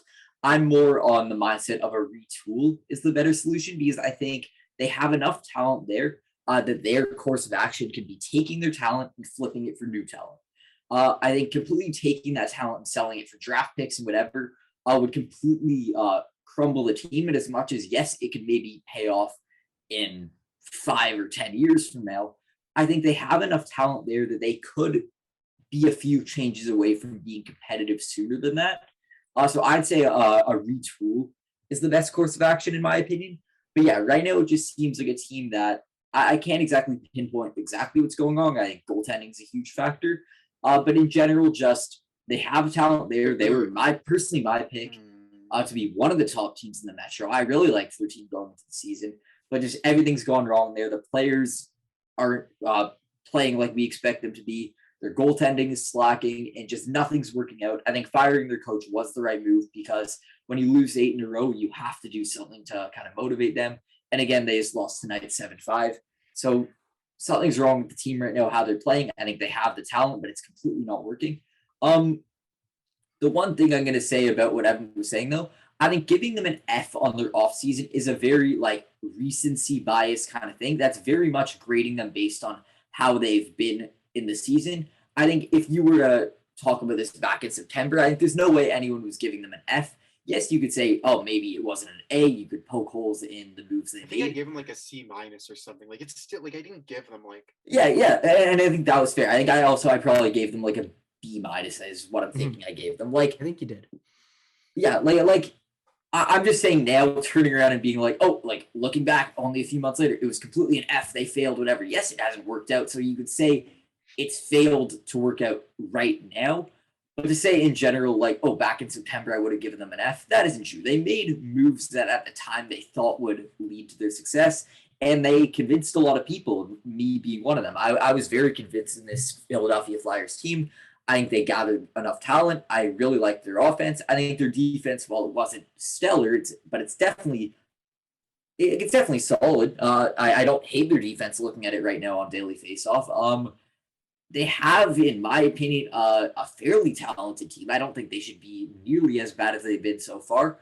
But whether it be something in management, whether it be the biggest thing, which I think is that it's something to do with the players, just nothing's gone right with that Philadelphia Flyers team. The players don't seem I don't even want to say, oh, it doesn't look like they've bought in, but something's clearly wrong in that dressing room. I don't know exactly what it is, but they need to figure it out fast because as much as the season isn't done and the hope is that they could find a way to turn it around, at this point, it's December. They're in arguably the hardest division. The argument with Vancouver is that because they're in the Pacific, there's the season isn't over. But when you're in the Metropolitan Division, you're going to really need to see Philadelphia turn into an absolute super team if you want to see them become remotely successful. Because right now, it seems like the way they started the season, yes, there's a long season still to go. But at this point, we're in December, and they need to start picking their shit up. Now, Delmo, I'm going to turn over to you. I said last segment, last pick is always the worst one, but I think this one you proved quite vital because are you on team rebuild or team retool? I think we're in a bit of a deadlock here. I say retool. Jared's spoken retool. Evan said rebuild. However, he did back it with pretty substantial, I can see where you're going with this. I want to see if you climb the ladder that same way. I'm team fucking pick one because this team screams right now. You need to pick a side. Last segment? No. You remember we were talking about last segment about how you don't want to be in the twilight zone. Yep, that's what this team screams. They scream mediocre, and I'm gonna lean towards the retool side, just because you have a young superstar goalie, and superstar's a stretch. He's literally gonna make team. No, okay, potential superstar goalie. That's what I meant to say. He's not a superstar, but I think he definitely has the potential to be a superstar. And he shows signs. Sometimes. He's been pretty good this year too. Yeah, he's great at passing. You see that assist to Matthew Joseph. That was poor. But still, he's like a 911 save percentage on Ristolainen's defense. I think a retool is probably necessary just because they have talent right now. I wouldn't mind seeing them move some of their young guys. I know they have Cam York. They have another young forward. I forget his name, but they have a couple prospects. Maybe if they want to whip something out, go buy someone. They prove they can make the playoffs, but they're just not playing it right now, which is why I think, hiring Alain Vigneault, who's a guy who's notably a pretty tough coach. I remember his time in the Rangers, he used to flip his shit. So maybe this could be the spark under their asses that, get it together.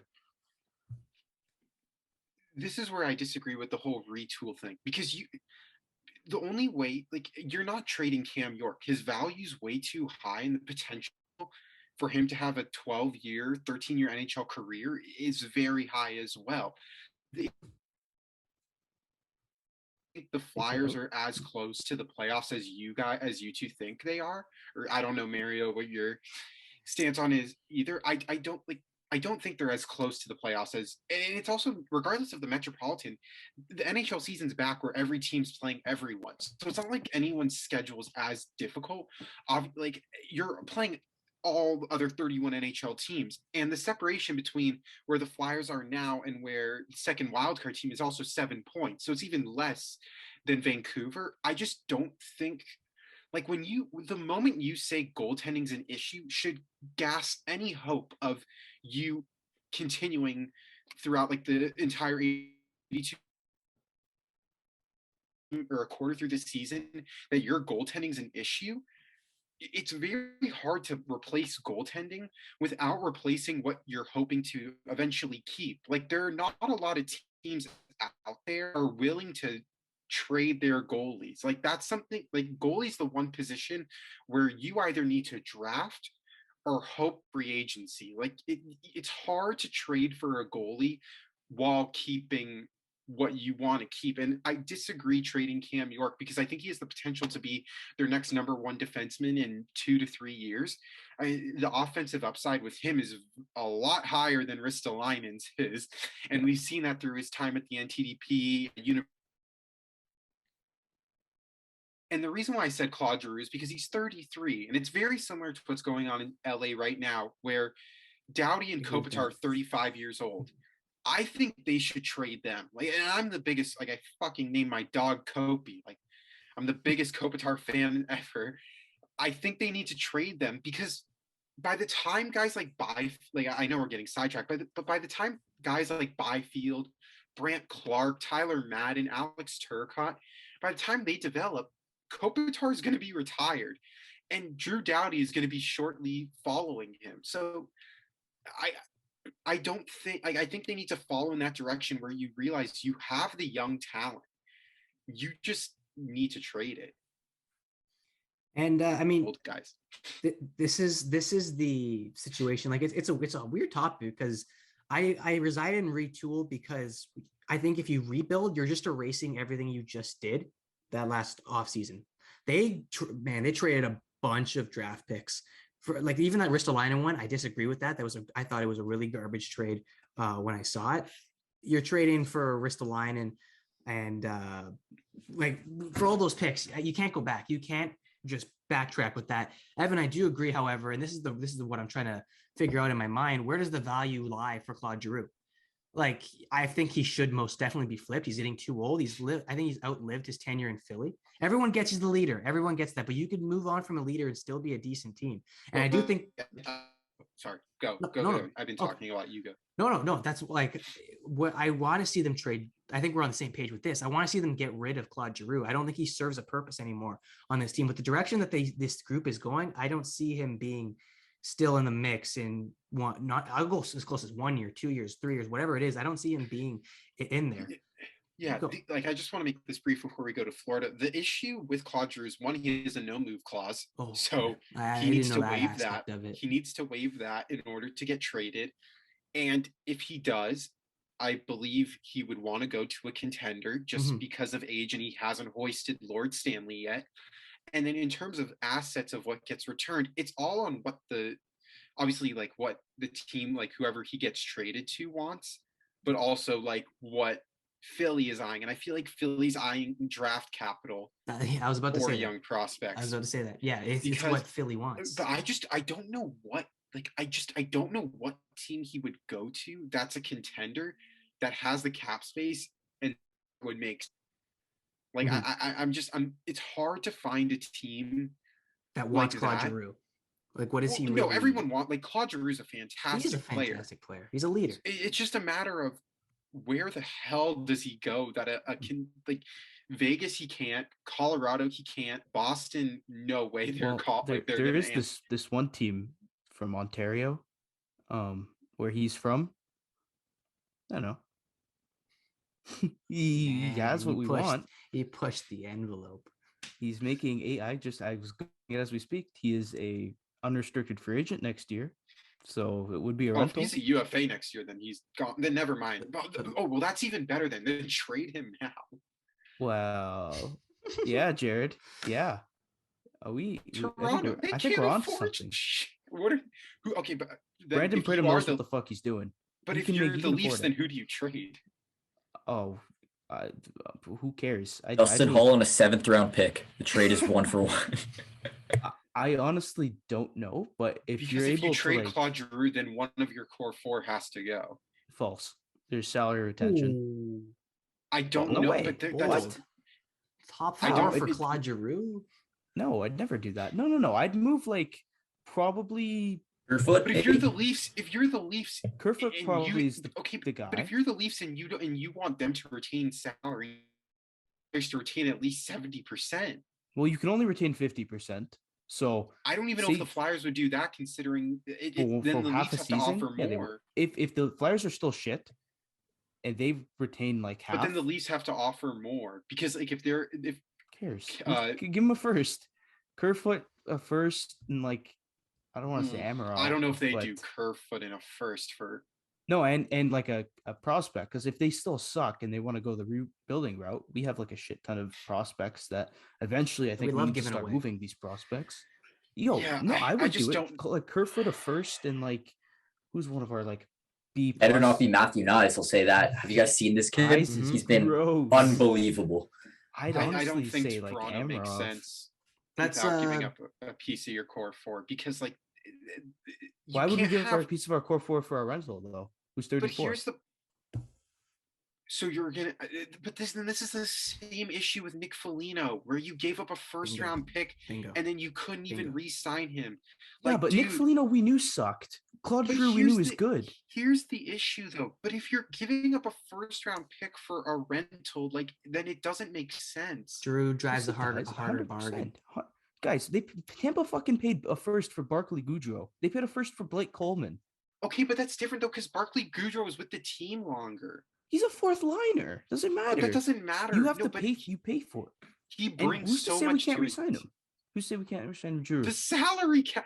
That's the issue. You can't have the cap goes up. You move Richie and thing. You could sign it if you want. What 5? I don't know. I'm just not a big fan of them just investing all in offense and then we're totally speaking hypothetical. Too. No, this is all hypothetical. It's not going to happen. It's not happening.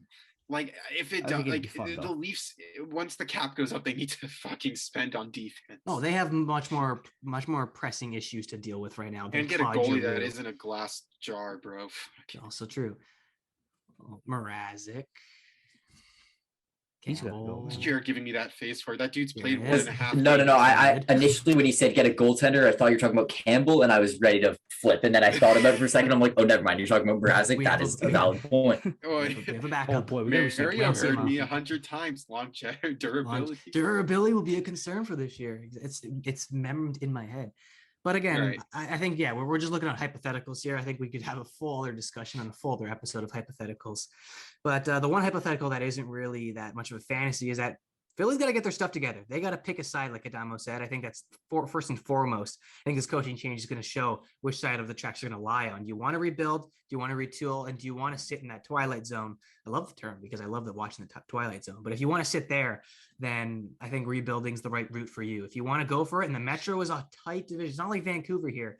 Vancouver has a lot more accessibility with their firings and all that stuff. Philly's got to act fast. I said Vancouver had to act fast. Things I start clicking right now for the Philadelphia Flyers, because the Metro moves fast. Let's see if they keep up with the pace. And team that's been keeping up with more than the pace, but more so in the later half of the games, is the Florida Panthers. Over the past week, the Cats have been living high on their homestand. Every game starting with goals going in the back of their net, but ending with rats flying over the stands and onto their rink, because, man, they keep on winning. And in very strange ways, probably the most unsustainable route I've ever seen in this sport. They're coming back from not just like 1 goal, 2 goal deficits. They're coming back down 3, 4 goals. It's getting a little bit ridiculous. They're led from the top out, including Huberdeau's been on a hot streak. Ekblad has been terrific. And of course, their rookie Lundell is looking really solid for the team. So everything's coming up for Florida, and it's just really fun to watch. I got to watch the St. Louis game on Saturday afternoon.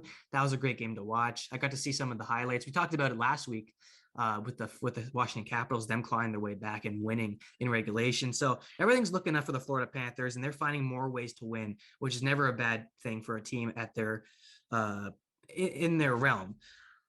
Question here: are you more or less confident with the Panthers over this past week finding ways to win, which is a very important thing? Not many teams know how to do this. The Leafs are finding their way now to win games climbing back. We saw this past weekend. So are you more or less confident in them finding ways to win, or the fact that they're so easy to push over early in games? Evan, I'll go with you, and I'll switch it over to you guys.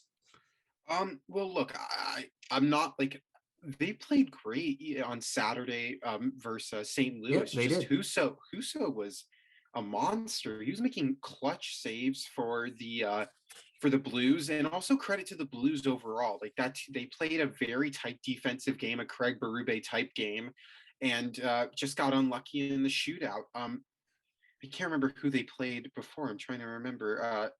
They had the game against Buffalo where they came back, and then, oh my God, what was it? Washington.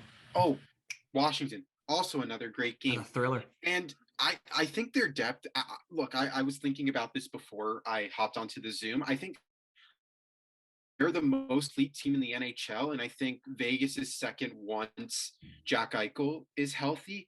I just look at this Florida Panthers team. You have Bobrovsky, who's finally, rejuvenated.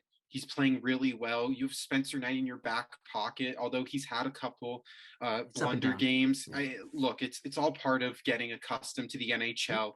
I don't look at it as an overreaction. I look at it as, look, you have a star. Bobrovsky needs a night off. Barkov's hurt. Duclair's hurt. Those are 2 key pieces to your team. Barkov's reportedly going to be back tomorrow night, if not Saturday. So that's another great. And you look at that game against St. Louis. Can't remember who it was that scored, but they had a couple they had I believe it was Sam Reinhart who scored, and then 2 fourth liners. I can't even remember their names just because I don't know them. But I mean, the depth is scoring for them, and I noticed that in that game against Washington too when they came back. Although it was the Huberdeau's and Ekblads that are getting the assists, it was Ryan Lumberg that was it was the depth pieces that were scoring the goals. So look, I think right now they are the best chance to give anyone a run for their money in the Eastern Conference, and I think they can really compete with Vegas. And you look at the game that Vegas had last night, a very gutsy win against the Calgary Flames, but that was also depth pieces like Dadonov scoring, William Karlsson's finally back. So I think those two, if they played in the Cup final, holy shit, I would love that. Yeah, and it's going to be, Florida's got to get there first. They always have the hard time hurdling that first round, and who they face. They get unlucky with Tampa every time. Yeah, that is true. Battle of Florida is always a fun one to watch, but I want to see a different style of play. This is the one, although I like it, this is why I kind of asked that question. We always known that this team can score goals at a ridiculous pace. I'd say the best team in the Eastern Conference. You could maybe make an argument for the NHL to score goals. They're probably one of the more highly offensive teams in this game, but it's about playing the shutdown game. I need to see that. That's the one thing that's missing. I'm sure we'll see it because they know what they're doing down in Florida. They got something cooking. The wheels are definitely in motion. They know what's going on. I just want to see a little bit more shutdown wins. That's why I was just a little bit concerned that this team is very easy to knock out early on in the game, but they're so dangerous once they start rolling and get a couple goals in the back of the net. They're a momentum team. They feed off the inner momentum on their line. So I want to see them just perform a shutdown game and not rely on guys having to worry and scram to score goals. That was the reason why I sort of worded the question that way. I don't know. I want to throw it over to you guys. If you guys don't got much to say, we can move on, but this was a pretty interesting one to see because you don't see many teams week to week doing these stunts and pulling these stunts that the Florida Panthers have. Jared, you got anything to add? And then I'll turn it to you, Adama.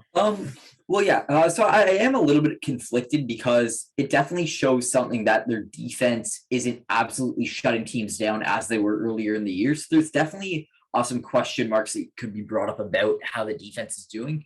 However, you talk about in the last 2 Leaf games, how I was giving them a lot of credit about how they've kind of fought their way back into games. So you have to talk about that with Florida, as they're, regardless of how they play to start games, they're finding ways to come together as a team. They're finding those winning habits, as Adamo likes to talk about. And really, they're just coming together as a team. And when they have the will to win, it's very hard right now to stop the Florida Panthers. So as much as, yes, I'm going to say I do have a lot of. Whoa. What the hell? Oh boy. Yeah, was that NASA? Hello? Yeah, we can hear you. We don't know what you said. That was so weird. My mic just started popping in my ear. That was like so. I don't know if you guys were taking that. over. That was the weirdest thing ever. Oh, All right. No, you're good. You're good. You're good. buddy. You might probably be can't able to hear us. Can you hear us? I don't think you can hear us.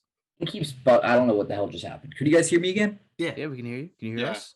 So I don't know. It keeps going in and out. Like it keeps popping up on the screen. Like right now it says Yeti Nano, which is my mic is working. But a second ago, now it says this speaker is being used. It's changing what speaker my audio is coming from. So I don't know why it's doing that, but whatever. Yeah, I think Florida's a great team. I do have a lot of faith in the way that they're finding their ways to fight back into games. It shows a lot of fight in their team, which is something you need come playoff time. I mean, you're not going to have every game where you're starting off 100% on fire. Obviously, you'd like that. But regardless of how you started for the game, you need to be able to fight your way back. And that's something that, at least now in the regular season, they're proving they're capable of doing. I'd definitely like to see more defensive stability. I'd like to see them be able to shut down teams. But I can't criticize them after hyping up the Leafs so much with the way they're able to fight back into games. So I do like to see the fact that regardless of even if they have an admittedly bad game that their coach is going to rip on them for and they're going to work on it in practice, they're still at the end of the day finding a way to steal the 2 points regardless of how they look for most of the game, which is a good thing. Oh, it's a strong hand to get dealt. Not many teams have the ability to do. The only thing that comes to mind to me, Tampa Bay Lightning. I always stress this because they've been probably one of the more complete teams that we've seen over the past couple of years. Stanley Cups are probably the thing that glimmers in your face, but they have the ability to do both. They can shut you down and then they can score at a rapid pace like the Florida Panthers can. Adapt to that game, Florida. You're a lock for a lot of things if you can keep it going and keep it sustainable. Adamo, do you have anything else to add or before we move on? You guys pretty much hit on it. I do want to shout out. I think I'd honestly, I'd probably give him the Norris this year. Aaron Ekblad. He's like terrific. a point a Dude, game. he's been He's really good. unreal. He's been really He's good. unreal.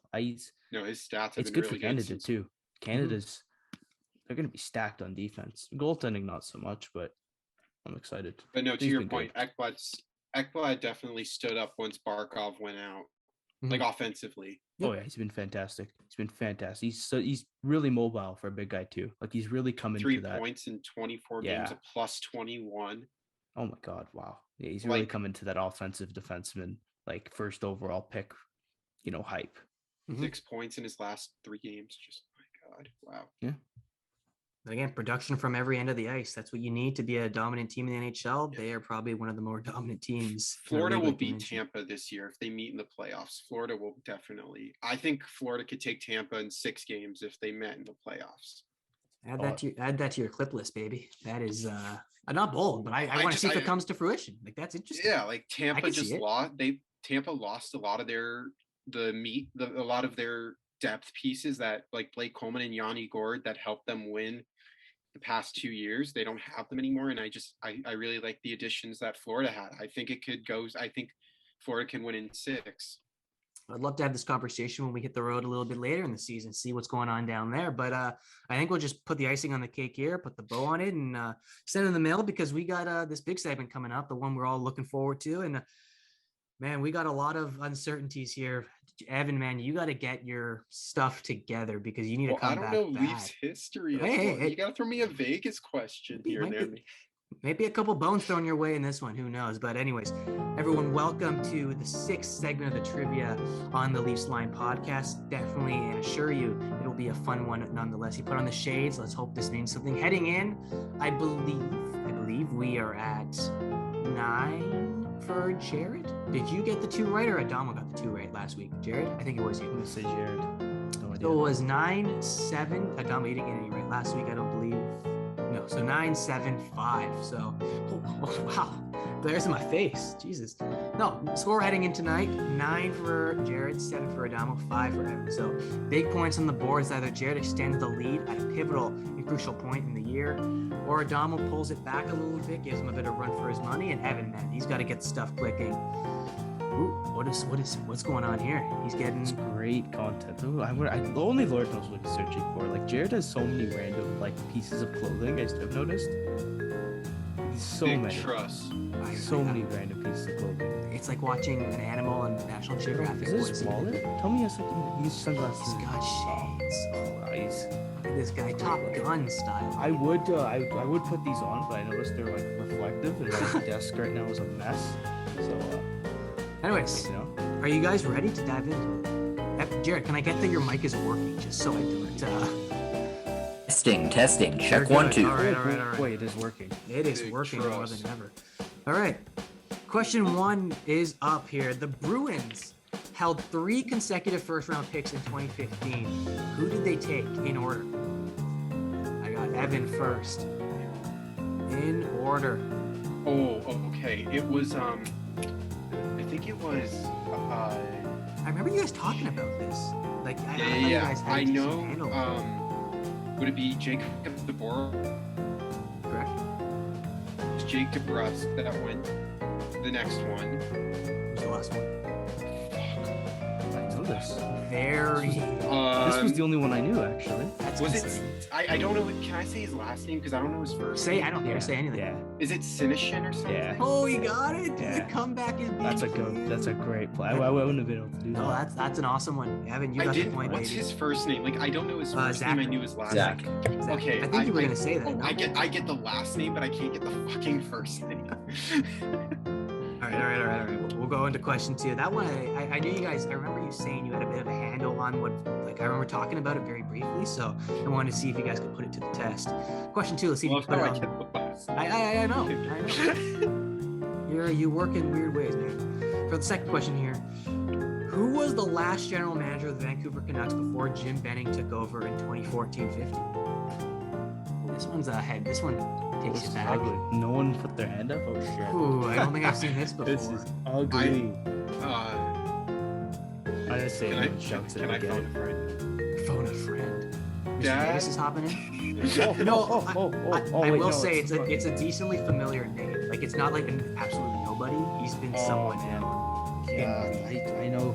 That's not it. I was thinking. Even on radio, he's been known. I've heard a lot from him. He's not like a set guy, but I've heard a lot from him. TV, I've heard a lot. Like he's Cirelli, right? Was it Shirley? That was Boston's, I think. Yeah. Evan, I got you. Was it Berkey? No, Berkey was Scouting. No. Ooh, no. I don't think he ever did. He did do the Canucks, did he? Or, He did possibly- the Canucks, but he this did was the like Canucks, but way back. This was yeah. like I realized. Oh boy. I guess This isn't going to be good. Let me see if I can give you some hints. Can I phone a friend? No. Yeah, I'm waiting here for him. Jim Rutherford. Okay, so he used to play in the National Hockey League. Who was the last GM of the Canucks before Jim Benning? That is fucking Who did it? Is that my only hint that he played in the NHL? Let me see if I can grab you one more. 'Cause I don't think Mike that does much Gillis? justice. Oh, there it is. Thank you, bye, Get him love out you. of here. Doesn't get the him point outta though. You don't even get the point. here. Yeah, he doesn't. I No say phone he was friend. the point. No, okay, we're not going too far. He needs all the points he can get. Anyways, He's not getting the point for that. That wasn't his answer. no, what were you gonna Yeah. guess? Just out of curiosity. Definitely not that. What did I you- wasn't gonna get it right, but I mean, Evan's got to No wait his shit. turn. All right. I don't know. We moving on to the next question because that's Yeah. the answer. Do I get half a point because You get I'm absolutely related nothing. to Just my give it to your dad? father, Fuck no. Ron Davis. All I'm right. related to. I asked if I could phone a friend. Who said no? I didn't say yes. Just go get I didn't it. hear anything. I didn't hear a no. so, Selective like, I just hearing. went, Sure. All right. Look, I'm down bad. Just give me the fucking. That is true. All right. You're not getting the point, but who cares? Oh. The third question on the board, and I'll give you this guys too. I got a bonus one, so just in case, we got something cooking on the back burner. This past week, we witnessed the Toronto Maple Leafs, put it on a high here, steamroll the Colorado Avalanche by a score of 8-3. We have seen many times when the score has been tilted. Nashville comes to mind for many Leafs fans, where they got blown out. Nashville scored 9 goals. When was the last time the Maple Leafs scored 9 goals in a regular season game? If you I know. Before, if you can guess the year, the team, year or team, I will give you the point. Okay, it was the Atlanta Thrashers. It was the Atlanta Thrashers. Do you know the year? And if I want to guess the fucking year, I'm gonna say 2009. Is that close? No. 2005. Oh fuck. Hat trick for Jeff O'Neill. He scored his 200th. Because I forgot the guy's name, but he was some bum. They won the game 9-3, and he finished the game at -3. Oh. There was a guy who was a -3 that game for the Leafs in a 9-3 win. Yeah. But you're correct. Atlanta Thrashers it was. Boy, what a brutal franchise. Yeah. Anyways, go on. Didn't even know that. Yeah, it was. Maybe you get this one because this one we've been talking a little bit. We've been talking about it today when we were talking about drafting stuff. So this is another draft one for you guys. Same thing with the Bruins. After the Bruins' 3 picks, which 3 players were selected after? Boston would have probably won a couple cups if they went the other way. I got this. I got that one first, man. Give me my. No, you're first. Go. Do I have to go in order? Or can I just name the 3? You can name the 3. It doesn't. Really okay, so it was Thomas Chabot. Matt Barzal, and Kyle Connor. I would have said say the order, but say the order. Nah. The order wasn't the order. If you can get me the order, I mean, I have it. The order would have been. Was it Chabot, Connor, and then Barzal? I believe Chabot went last. I think it was other way I around. think Barzal, Connor. Yeah. Oh, okay. I knew it was like. All right. I'll give you the points. I think I gave it to him. Yeah, that was impressive. That was impressive. He gets the comeback. So Evan scores 2 points. Glad I knew the points. 2015 draft. Adamo's got 1. Jared goes scoreless. This makes it that much more interesting going down the stretch. So with the conclusion of the 6th segment of trivia, that concludes episode, what are we on, 11? Season 2, episode 11 of the Leafs Line podcast. I thank you guys so much for staying on the ride. Bit of a long cast today, but so much to get into because, man, what a wild Leaf game it was yesterday. So much to unpack with Leafs Nation, coaching changes. I don't think I remember seeing this many coaching changes, management changes over the last couple of seasons than now. So it kind of goes to show teams aren't just kicking and waiting around. They're ready to go into it, and they have high expectations no matter where they find themselves currently. So I guess that's my little tidbit on it. And Adamo, I want to ask you this question. Do you have any food reviews for us? I remember throwing it over last week to you. Dude, I'm so hungry right now. Shut up. Oh, some food reviews? Oh, it kind of put me on the spot here. I haven't tried anything new. Actually, you know what? I did go to this one restaurant in Vaughan. It's called, fuck was it called? Like Sugar Hill, I think. Yeah. It's I don't know. It's in the Vaughan Mills Plaza. And it's like a dessert place. Very good. I'd give it like an 8 out of 10. It was cute. Recommended. It was cute. I heard it was nicely Burger decorated. King came out. No. Sorry. What? I heard Burger King came out with like dill pickle chicken nuggets or something. It's fucking gross, but I've heard of that. That's a Burger King is so questionable. bad. Burger King sucks.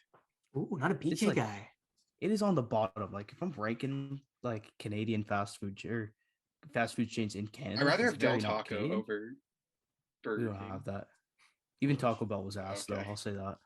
Taco Bell gives you the runs, man.